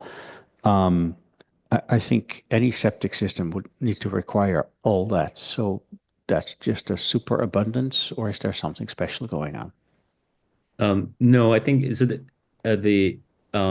The general plan is the guiding document that is supposed to give authority for the implementing aspects of the zoning or the municipal code. So it's really just in there. Yeah, as an extra measure. As a question. Yeah, understood. Okay. Then I have another one. This is in the emergency response area. That's S3.3.1. This is regarding the 2 points of emergency, or that's referenced. But what this tries to say is that the town is going to pursue funding for roadway improvements and abatement of vegetative hazards along evacuation routes. But then it stipulates that that's only for areas without 2 points of emergency ingress egress. And I think that's a logical error.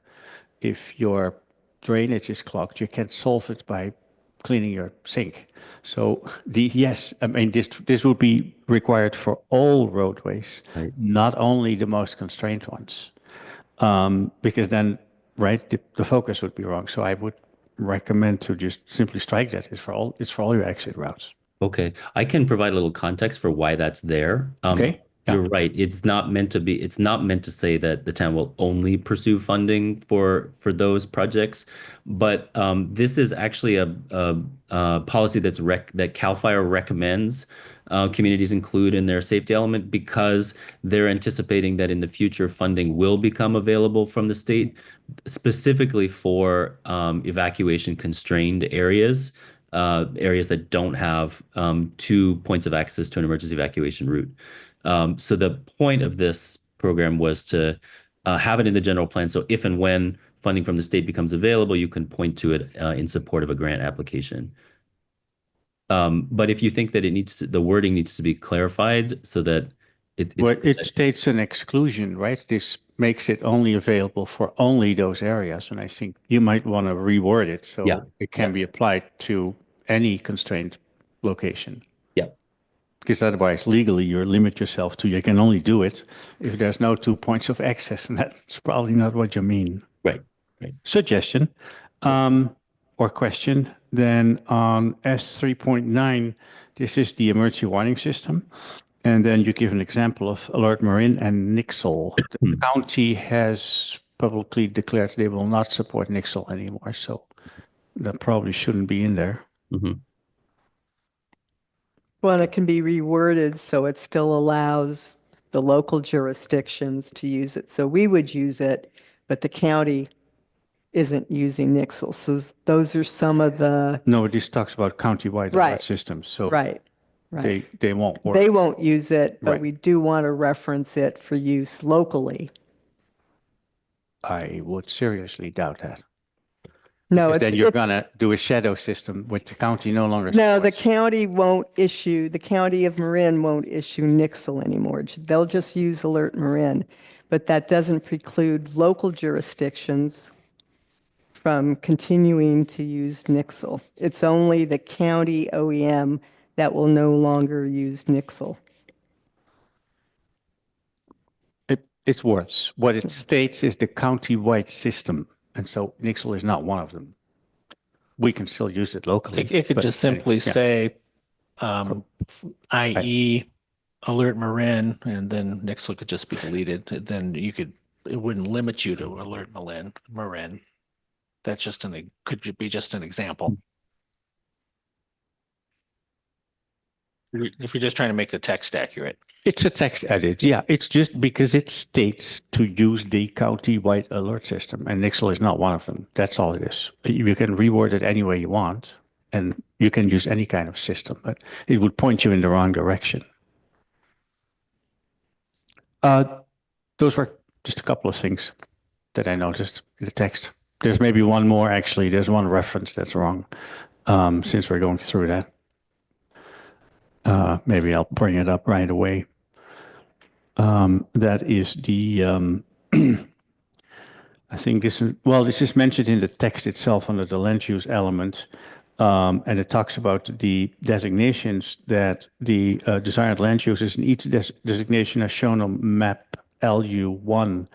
But that does not show the density and the building intensity. That's on LU3.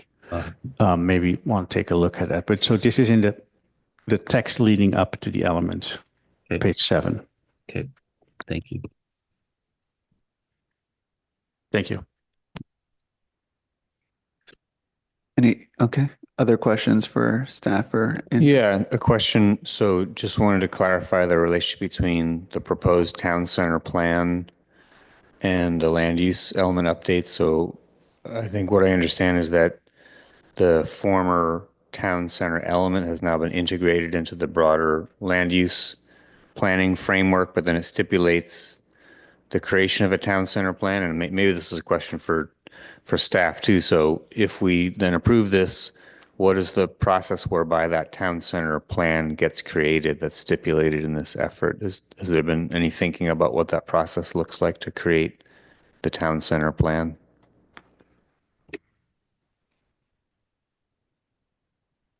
There would be a follow-on process where we'd have to, create a scope of work in order to create the town center plan, and then we have to find a budget for it, and then kind of execute the plan, or we could potentially do it in pieces. So there is some thought of maybe doing some early kind of traffic study work around the town center, which would kind of feed into it.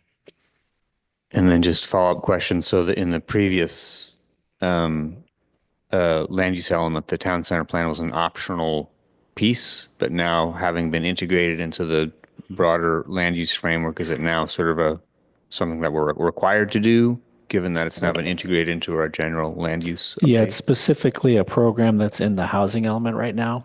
So that technically makes it a required piece that eventually we have to do a town center plan in order to implement that housing element program. Cool. Thanks for the clarification. Yep. I had another question. Public Safety Services, page 22, under responsive police and fire services that ensure a high level of public safety. There's S4.4, which says that require that new development contribute funds to ensure the provision of adequate police and fire services. What does that mean? I think it's referring to impact fees, development impact fees. So that as new development comes on, they're helping to pay for the cost of services. And so to staff, do we have impact fees now for police and fire? We do not currently have impact fees. Like some jurisdictions would have like a police tax or something along those lines. So this would say that we should look into potentially having that sort of impact fee. Well, it says require it, so I'm not sure it's saying look into it. Yeah, we would have to establish it. So this is saying you need to establish that as once this gets adopted, then anything that says you shall, then we would have to go through and adopt an ordinance, which would establish the fee. And we would do that for housing developments as well? Yeah, I think that's what it's saying, housing developments. Mm-hmm.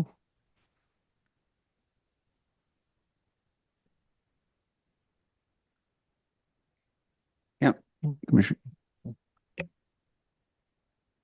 Question on the town center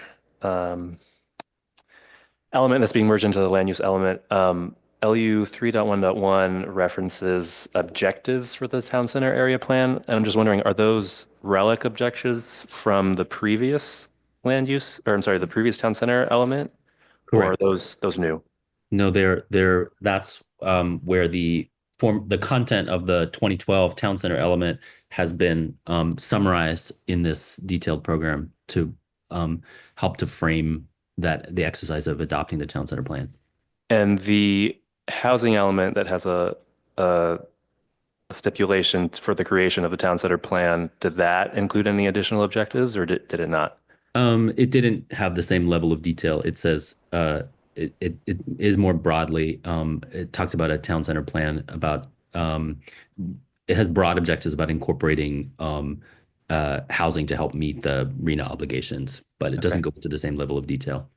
Yeah, I just bring it up because understanding that this is a sort of small scale update that's coming before a theoretically larger update to the elements, potentially changing some of these objectives. I think the first thing that comes to mind is parking and parking management. I think, and don't quote me on this, but I'm pretty sure the circulation element has language about the creation of a comprehensive parking management plan for the town center area. And this seems like an opportunity to further integrate all elements and maybe make mention of parking management specifically under these objectives for the town center plan. Just a suggestion.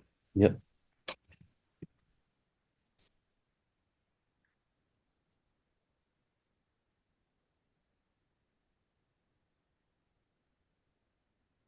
I think it's a good time to move ahead and open for public comment before we continue our deliberation. So we'll open the public comment for this public hearing item.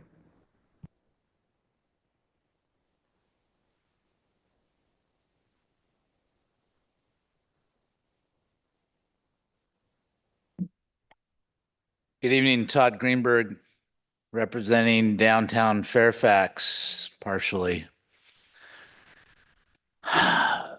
I want to pay attention to how our planning director first brought this up, that, wow, we don't really have many people here. That's because this meeting began at this portion of the meeting began at approximately 10 p.m. when most people who were working one or two jobs couldn't attend. So I would argue that this, by design, is limiting public input inappropriately. I would argue further that this is very un-Fairfaxian, what this proposes, and not clear in a 100+ page report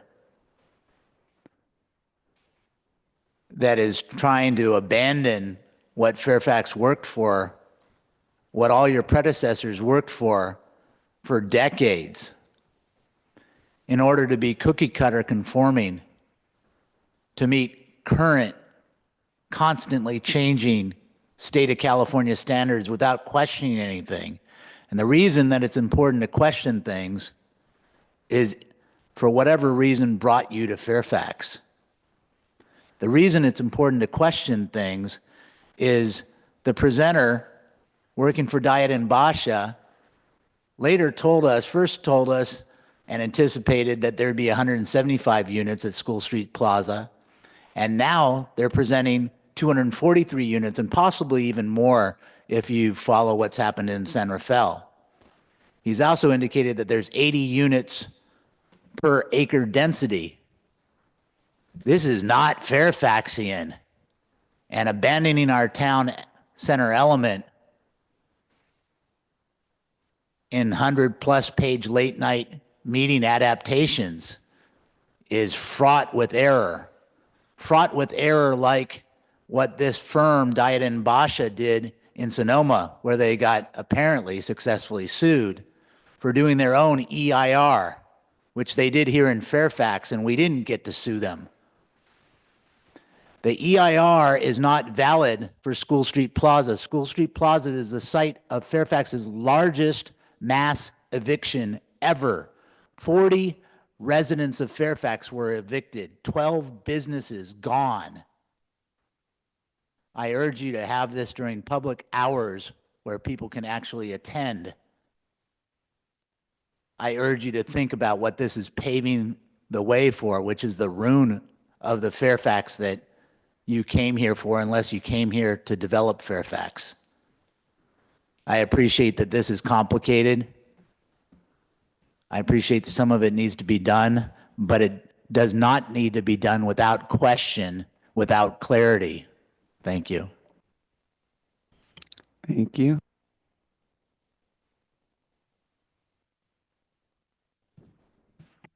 I do have a few hands online. Yep. Pamela, please go ahead. Hi, it's Pamela Meggs. I was on the planning commission there for 9 years. So I've been through a lot of the general plan stuff repeatedly.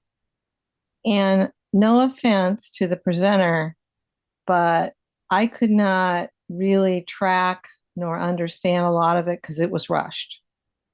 And that is not okay for the public.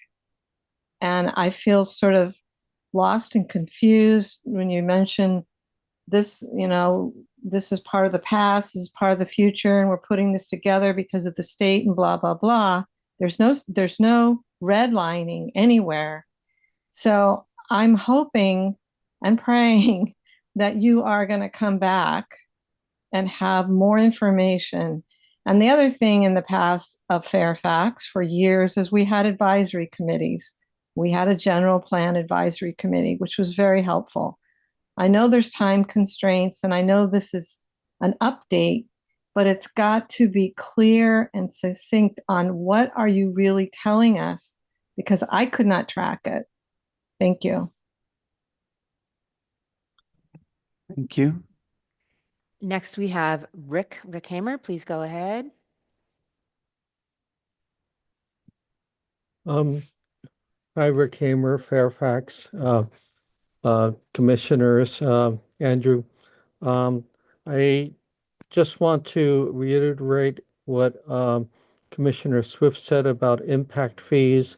I think this needs to really be emphasized, especially if we've got these large-scale developments and the amount of infrastructure and access and fire safety that they're going to bring to burden the town.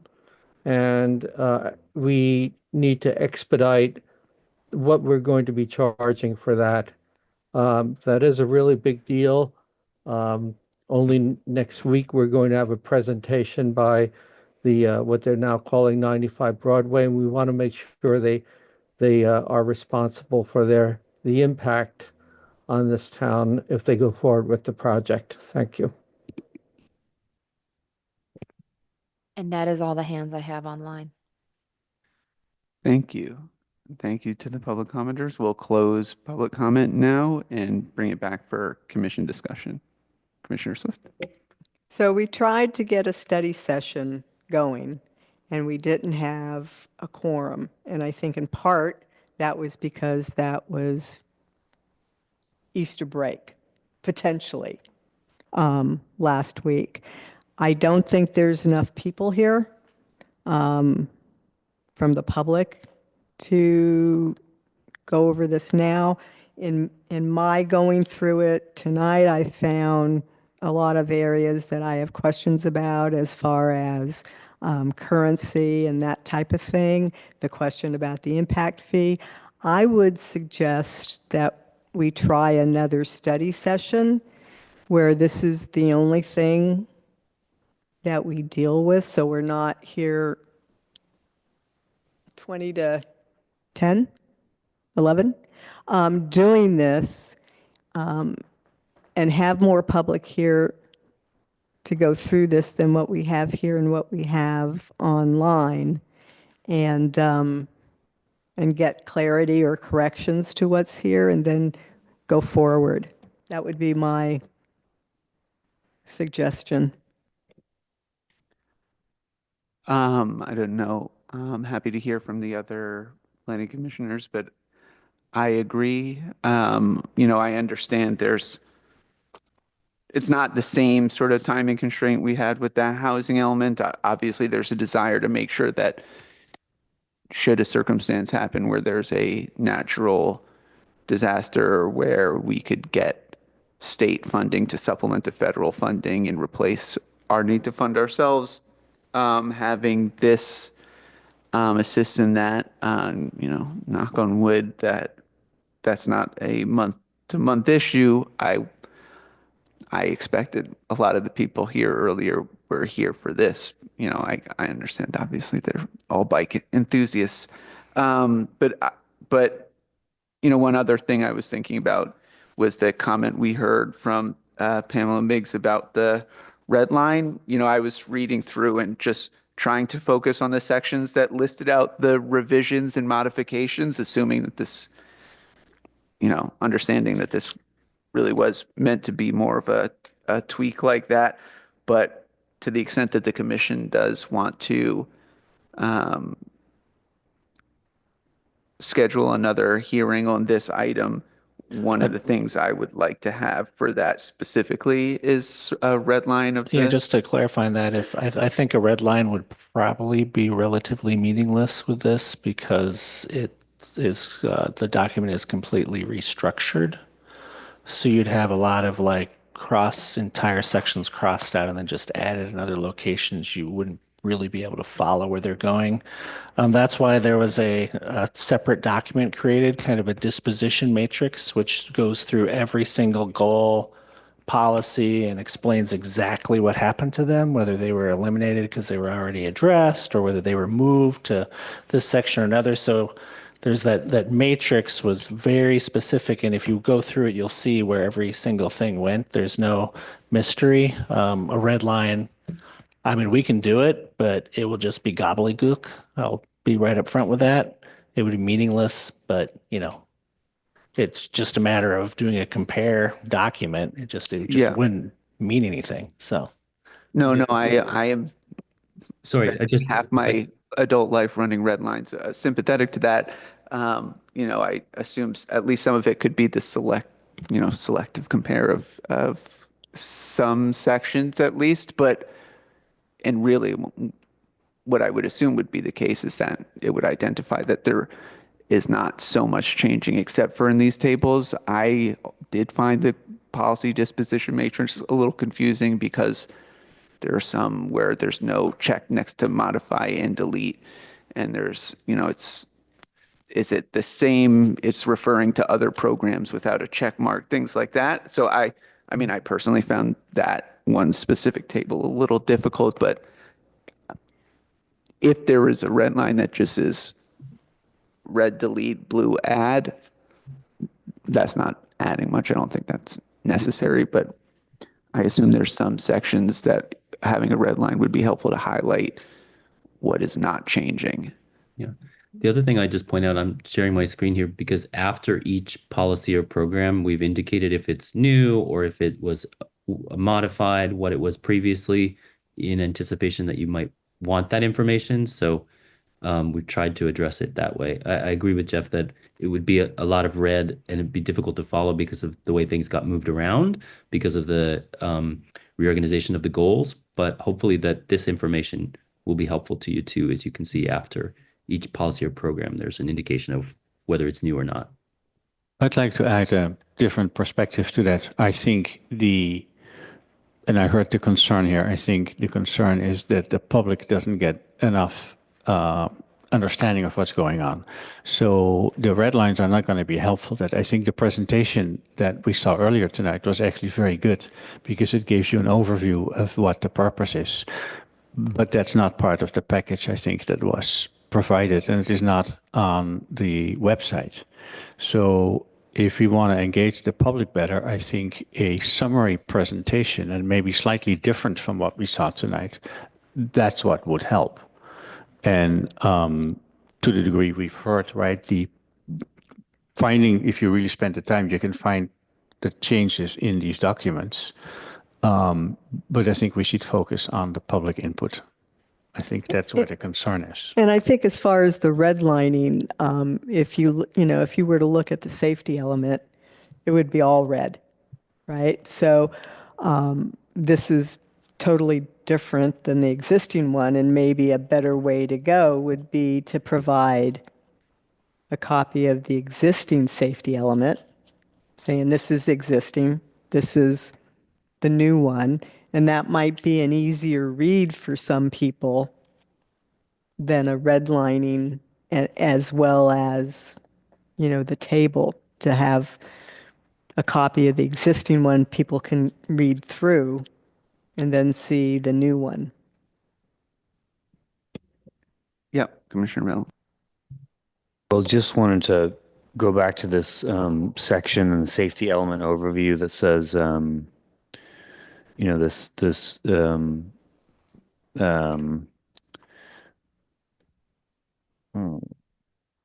that we need to adopt this plan in order to be eligible for FEMA funding and other sort of reimbursements for disaster funding, and so I just want to ask staff to clarify, and maybe the consultant, what is the timeline for adopting this?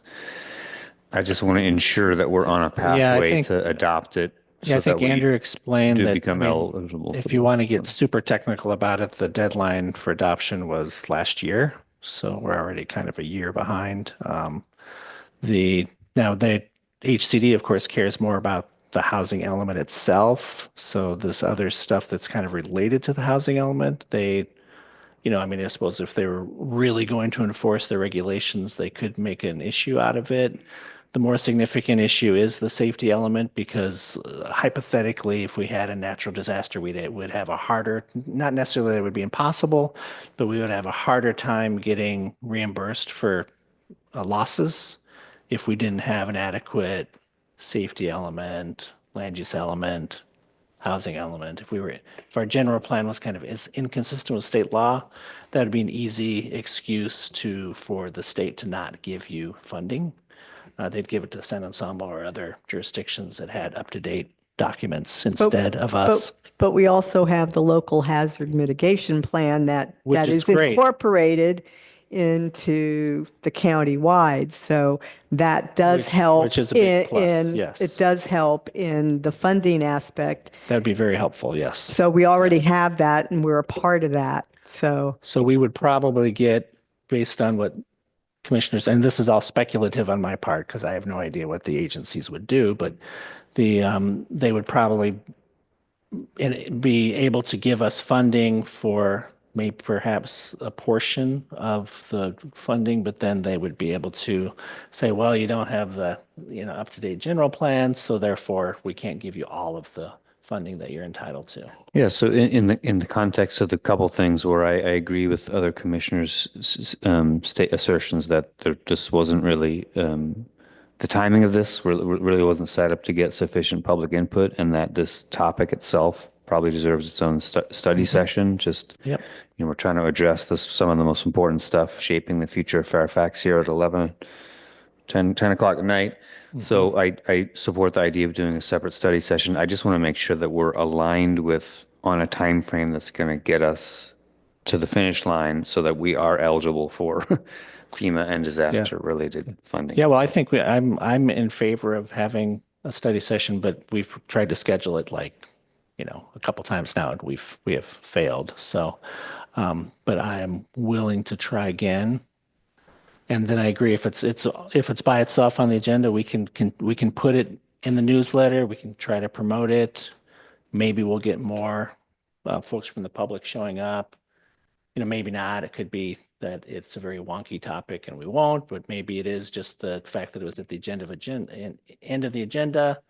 So it's possible we could get more people if we had it on a standalone agenda. And I don't think the safety element is wonky as much as other things we've done that were wonky. I think, when you talk to people, public safety, number one concern. So, if we do this as a separate study session and we promote it, then we've given adequate opportunity to come and work through this, plus dealing with any things we may have concerns about in here. Okay. Yeah, I think it's as long as we don't want to have too much scope creep, because we don't have a lot of funding to execute this project, and the budget's really tight this year. So there's not going to be any funding forthcoming for general plan work next fiscal year. So we pretty much have to wrap this up this fiscal year, or the project will basically not be funded. We might have it mostly done by then, but we won't have any ability to kind of continue beyond into next Well, the fiscal year ends in June too, right? Yeah, so we have some time. But this was originally presented in October, and it's already April, so it takes a while to get things through, which is fine. But we do need to make sure that we actually come to a conclusion where we can actually get a recommendation to the town council at some point. So. I think if we do another study session, we should include an overview like we've seen tonight. I think that's the part that will appeal a lot more to people than reading a 80-page document. So I think that would be a good thing to start. And I'm in favor of doing that. Maybe we can poll and get a date tonight with a commitment so we don't run into another dead end. Yeah. I have one other question, unrelated to that. Sorry for a little sidestep here. Otherwise, we might forget it. That is on figure LU3. So that is the general plan land use map, and the subsequent designations that follow in the text after that. We did not. That is not substantially changed, as far as I believe. So the Schoolsteak Plaza area, for instance, that is a 20 units per acre site and a 0.25 FAR. There are no, that's a question, right? There are no significant changes in that land use plan that are coming in this general plan, which is one of the concerns I think that I heard. Right. This is basically just a consistency update as far as the land use element and town center elements, just bringing those two elements consistent with the housing element and then doing some common sense restructuring to have it make more sense and flow better. Yes. The safety element is more kind of comprehensive update because we have to update the maps and some of the policies to be consistent with state law and evacuation routes Right. And then we're updating the new fire maps, which are going to have their second reading at the next council meeting. So those will be official at the first council meeting in May. Okay, I think that's important, right? We're not redoing the entire town of Fairfax. That's not what we're doing here. No, this is not a comprehensive update. I just want to make that Yeah. point. That's all. Okay, thank you.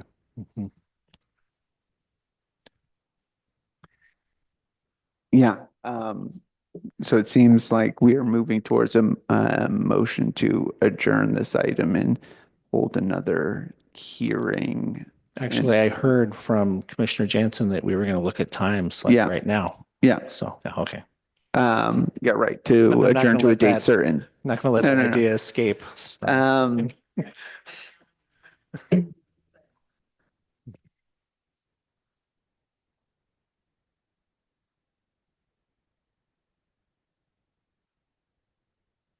Well, there's 5 of us, so 4 will do it. Oh, I don't want to miss it. Yeah, we know.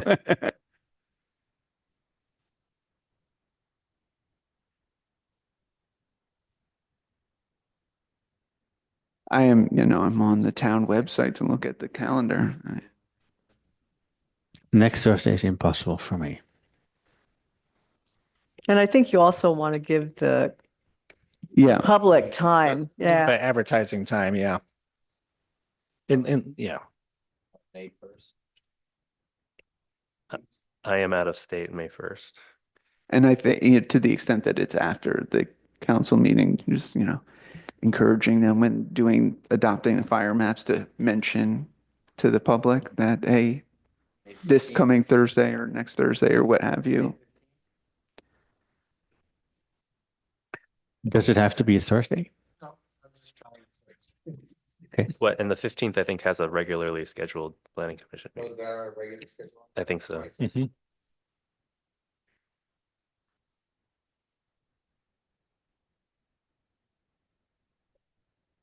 You want to send out some options? Well, that hasn't worked in past. Yeah. Right. Again, it was Easter break. So Thursday 1st wasn't possible, but then in that same week, like Tuesday 29th, April.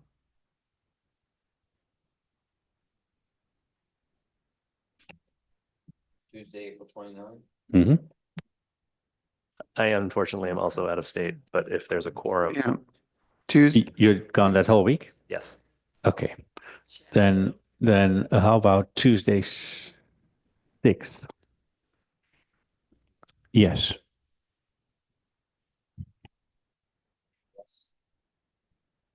That would work for me. Um, I'm just checking on the town's calendar to see if they've got anything going on here.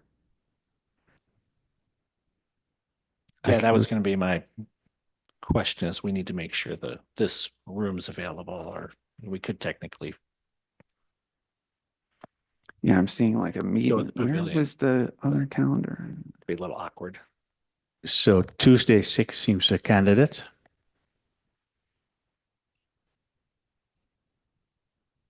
Could be And scheduled. I can double check when I get home. Okay, but it doesn't raise our alarm bells right now. Okay. There's at least no noticed public meeting here on Tuesday, May 6th.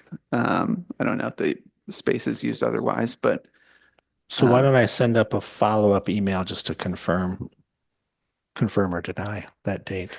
So No, confirm is the only option, I believe. yes.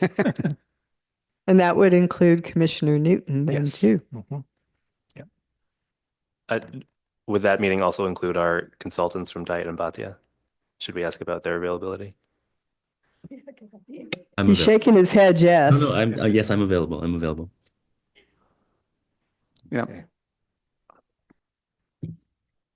And would that be enough time for a public notice and to put it out and all? Yes. Yeah.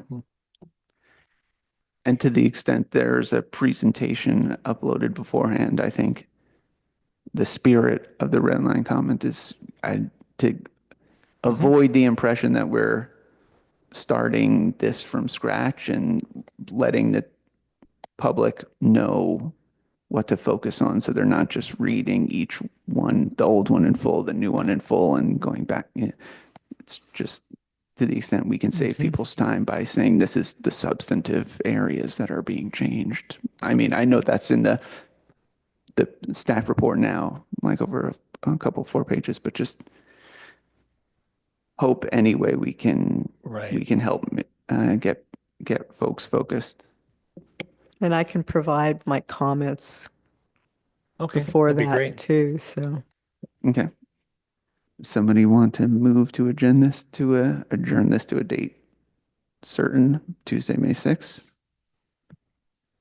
Well, actually, if you just want to have a study session, No? we could just have the study session, and then we could renotice a public hearing for when we want to adopt it or when we want to pass on a recommendation. Because we wouldn't be making a recommendation from the study session. We'd be making a recommendation from an advertised regular meeting, which would be another public hearing. So the public would at least get 2 more opportunities to comment. Okay. Then here we just do we need to note that we're not doing a recommendation for the council, or can we You just could just adjourn as table it. is? Table, okay. Mhm. Any formal action required for that? Yeah, you could vote on it. Yeah, Can I have a motion to table this item? they should. Motion to table this item. Second. Voice vote, all in favor, aye? Aye. Aye.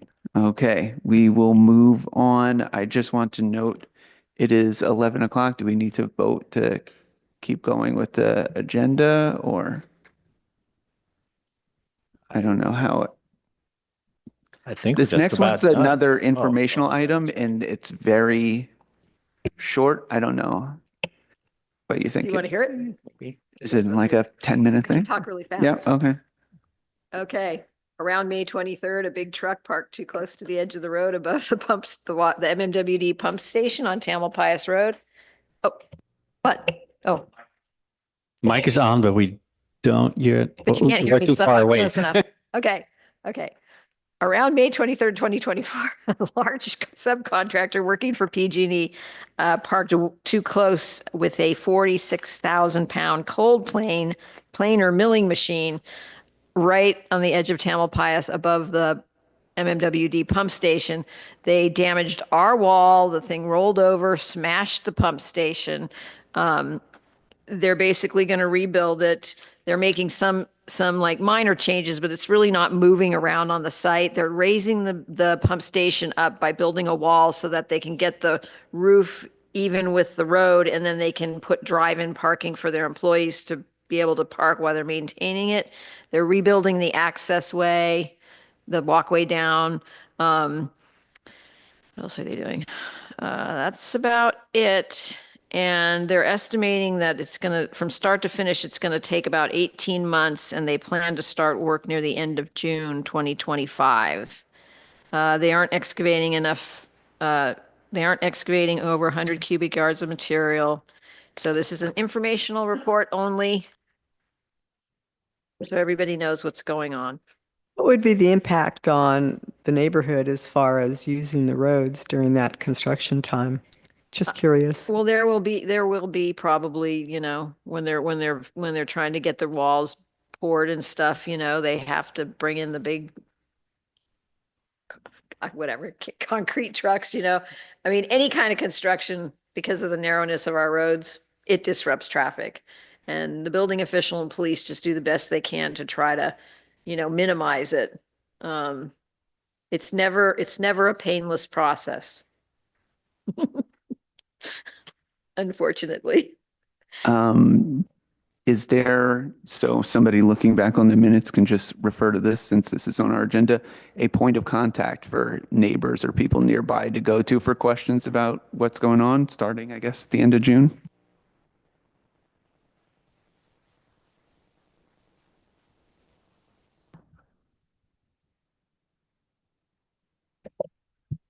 I thought he was going to be in attendance tonight, but do you see anyone? I thought there was a member of MMD. I do see Alex. Does his name sound familiar? Yeah, I don't want or need this to go on forever. I just want to, if there is I'm sure there's going to be people who have questions about it and just want folks to know who to contact. Yeah, I don't know off the top of my head, but I mean, I can have them put it in the newsletter or something if that would be. When do our newsletters come out? Once a week, once a month? Twice a month. Yeah, and I can get it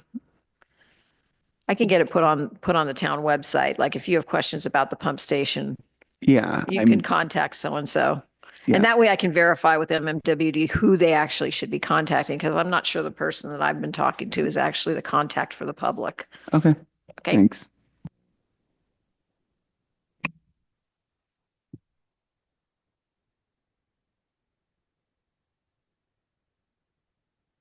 Well, this was, I guess, on the agenda. I'll open public comment on this real quick, or no, just an informational item. Just Okay. informational. Then, unless anyone has any other questions, I'll just move on to the minutes and we can wrap up. So I have two changes to make. Change to page 1 under public comments. It said the speaker wanted to know why the town was not enforcing its town code and mentioned several instances of concern. So I'd like to change the statement that's there to a member of the public questioned why there seems to be no code enforcement occurring in the town and provided a few examples. Then the second one is page 2, last paragraph before the motion. The draft states the commission discussed the project with several commissioners, expressing that they are not sure about the project because the ADU does not require parking and an additional space could be provided in the backyard. I'd like to add to that at the end of that sentence, therefore, some could not make the findings necessary to approve the variance. And those would be my two changes to the minutes. I have one as well, also on page 2, middle of the page at the vote. I suddenly became chair. I think that is not correct. I don't remember being the chair. That was Chair Pfeffer. It says Chair Jensen. where I was having a flashback. Okay, where are we? Your name is on there twice. So In Fairfax. Where were you looking at that? Sorry, the middle of Page two, page center of the two, page. it just says Jansen twice. So one, Oh. the chair Jansen. under the motion. Okay, got it. Yeah, okay. Page one, that- item two. Very wrong, isn't it? Page one, item two, roll call. My name is spelled incorrectly. Should be John. Ah, okay. All right. Noting this. Do we have a motion to approve the agenda with Motion these to approve the four agenda changes? with four changes indicated. I'll second. Voice vote, all in favor? Aye. Aye. All right. We are done with that agenda item. We are just to planning director's report. Commissioner comments. I understand it's late, so, you know. Wait. Do you need to hear anything more from me this evening? I have nothing else to report. Nope. Motion to adjourn. Commissioner Swift? Commissioner comments or questions? Commissioner questions and comments?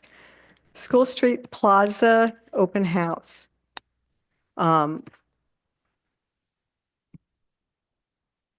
There's a link at the bottom of the town's website where folks can subscribe to town updates and news. And one of the email list is for the School Street Plaza project.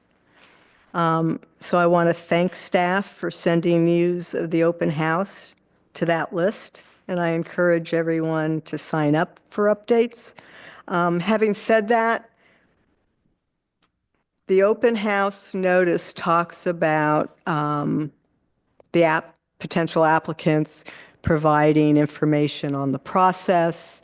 They talk about objective design standards, et cetera.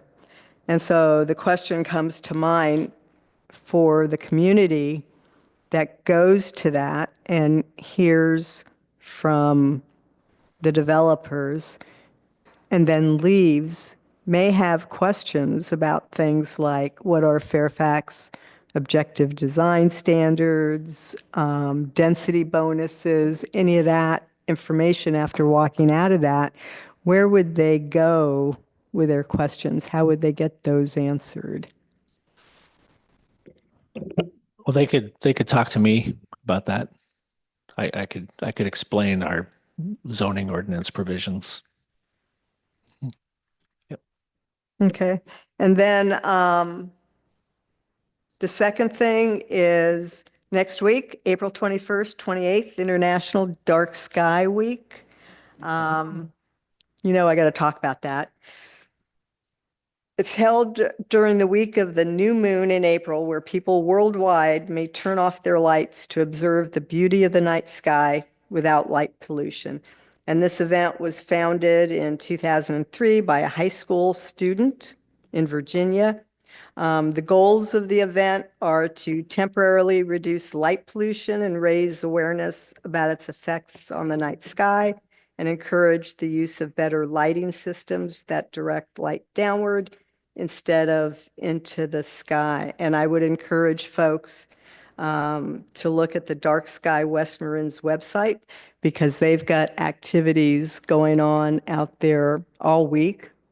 In relation to this, they had a great presentation on Saturday from two well-known astronomers, the topic of which was who owns the night sky. And then I would also encourage folks to look at darksky.org to learn more about dark sky. That's it. Maybe we can Thank you. ask PG&E to cause an outage. Well, just to piggyback on that real quick, we are now in the Lyrid meteor shower period. It's April 16th to the 25th. So the peak night is early AM the 22nd. So this one you actually really can see a lot of shooting stars at night here.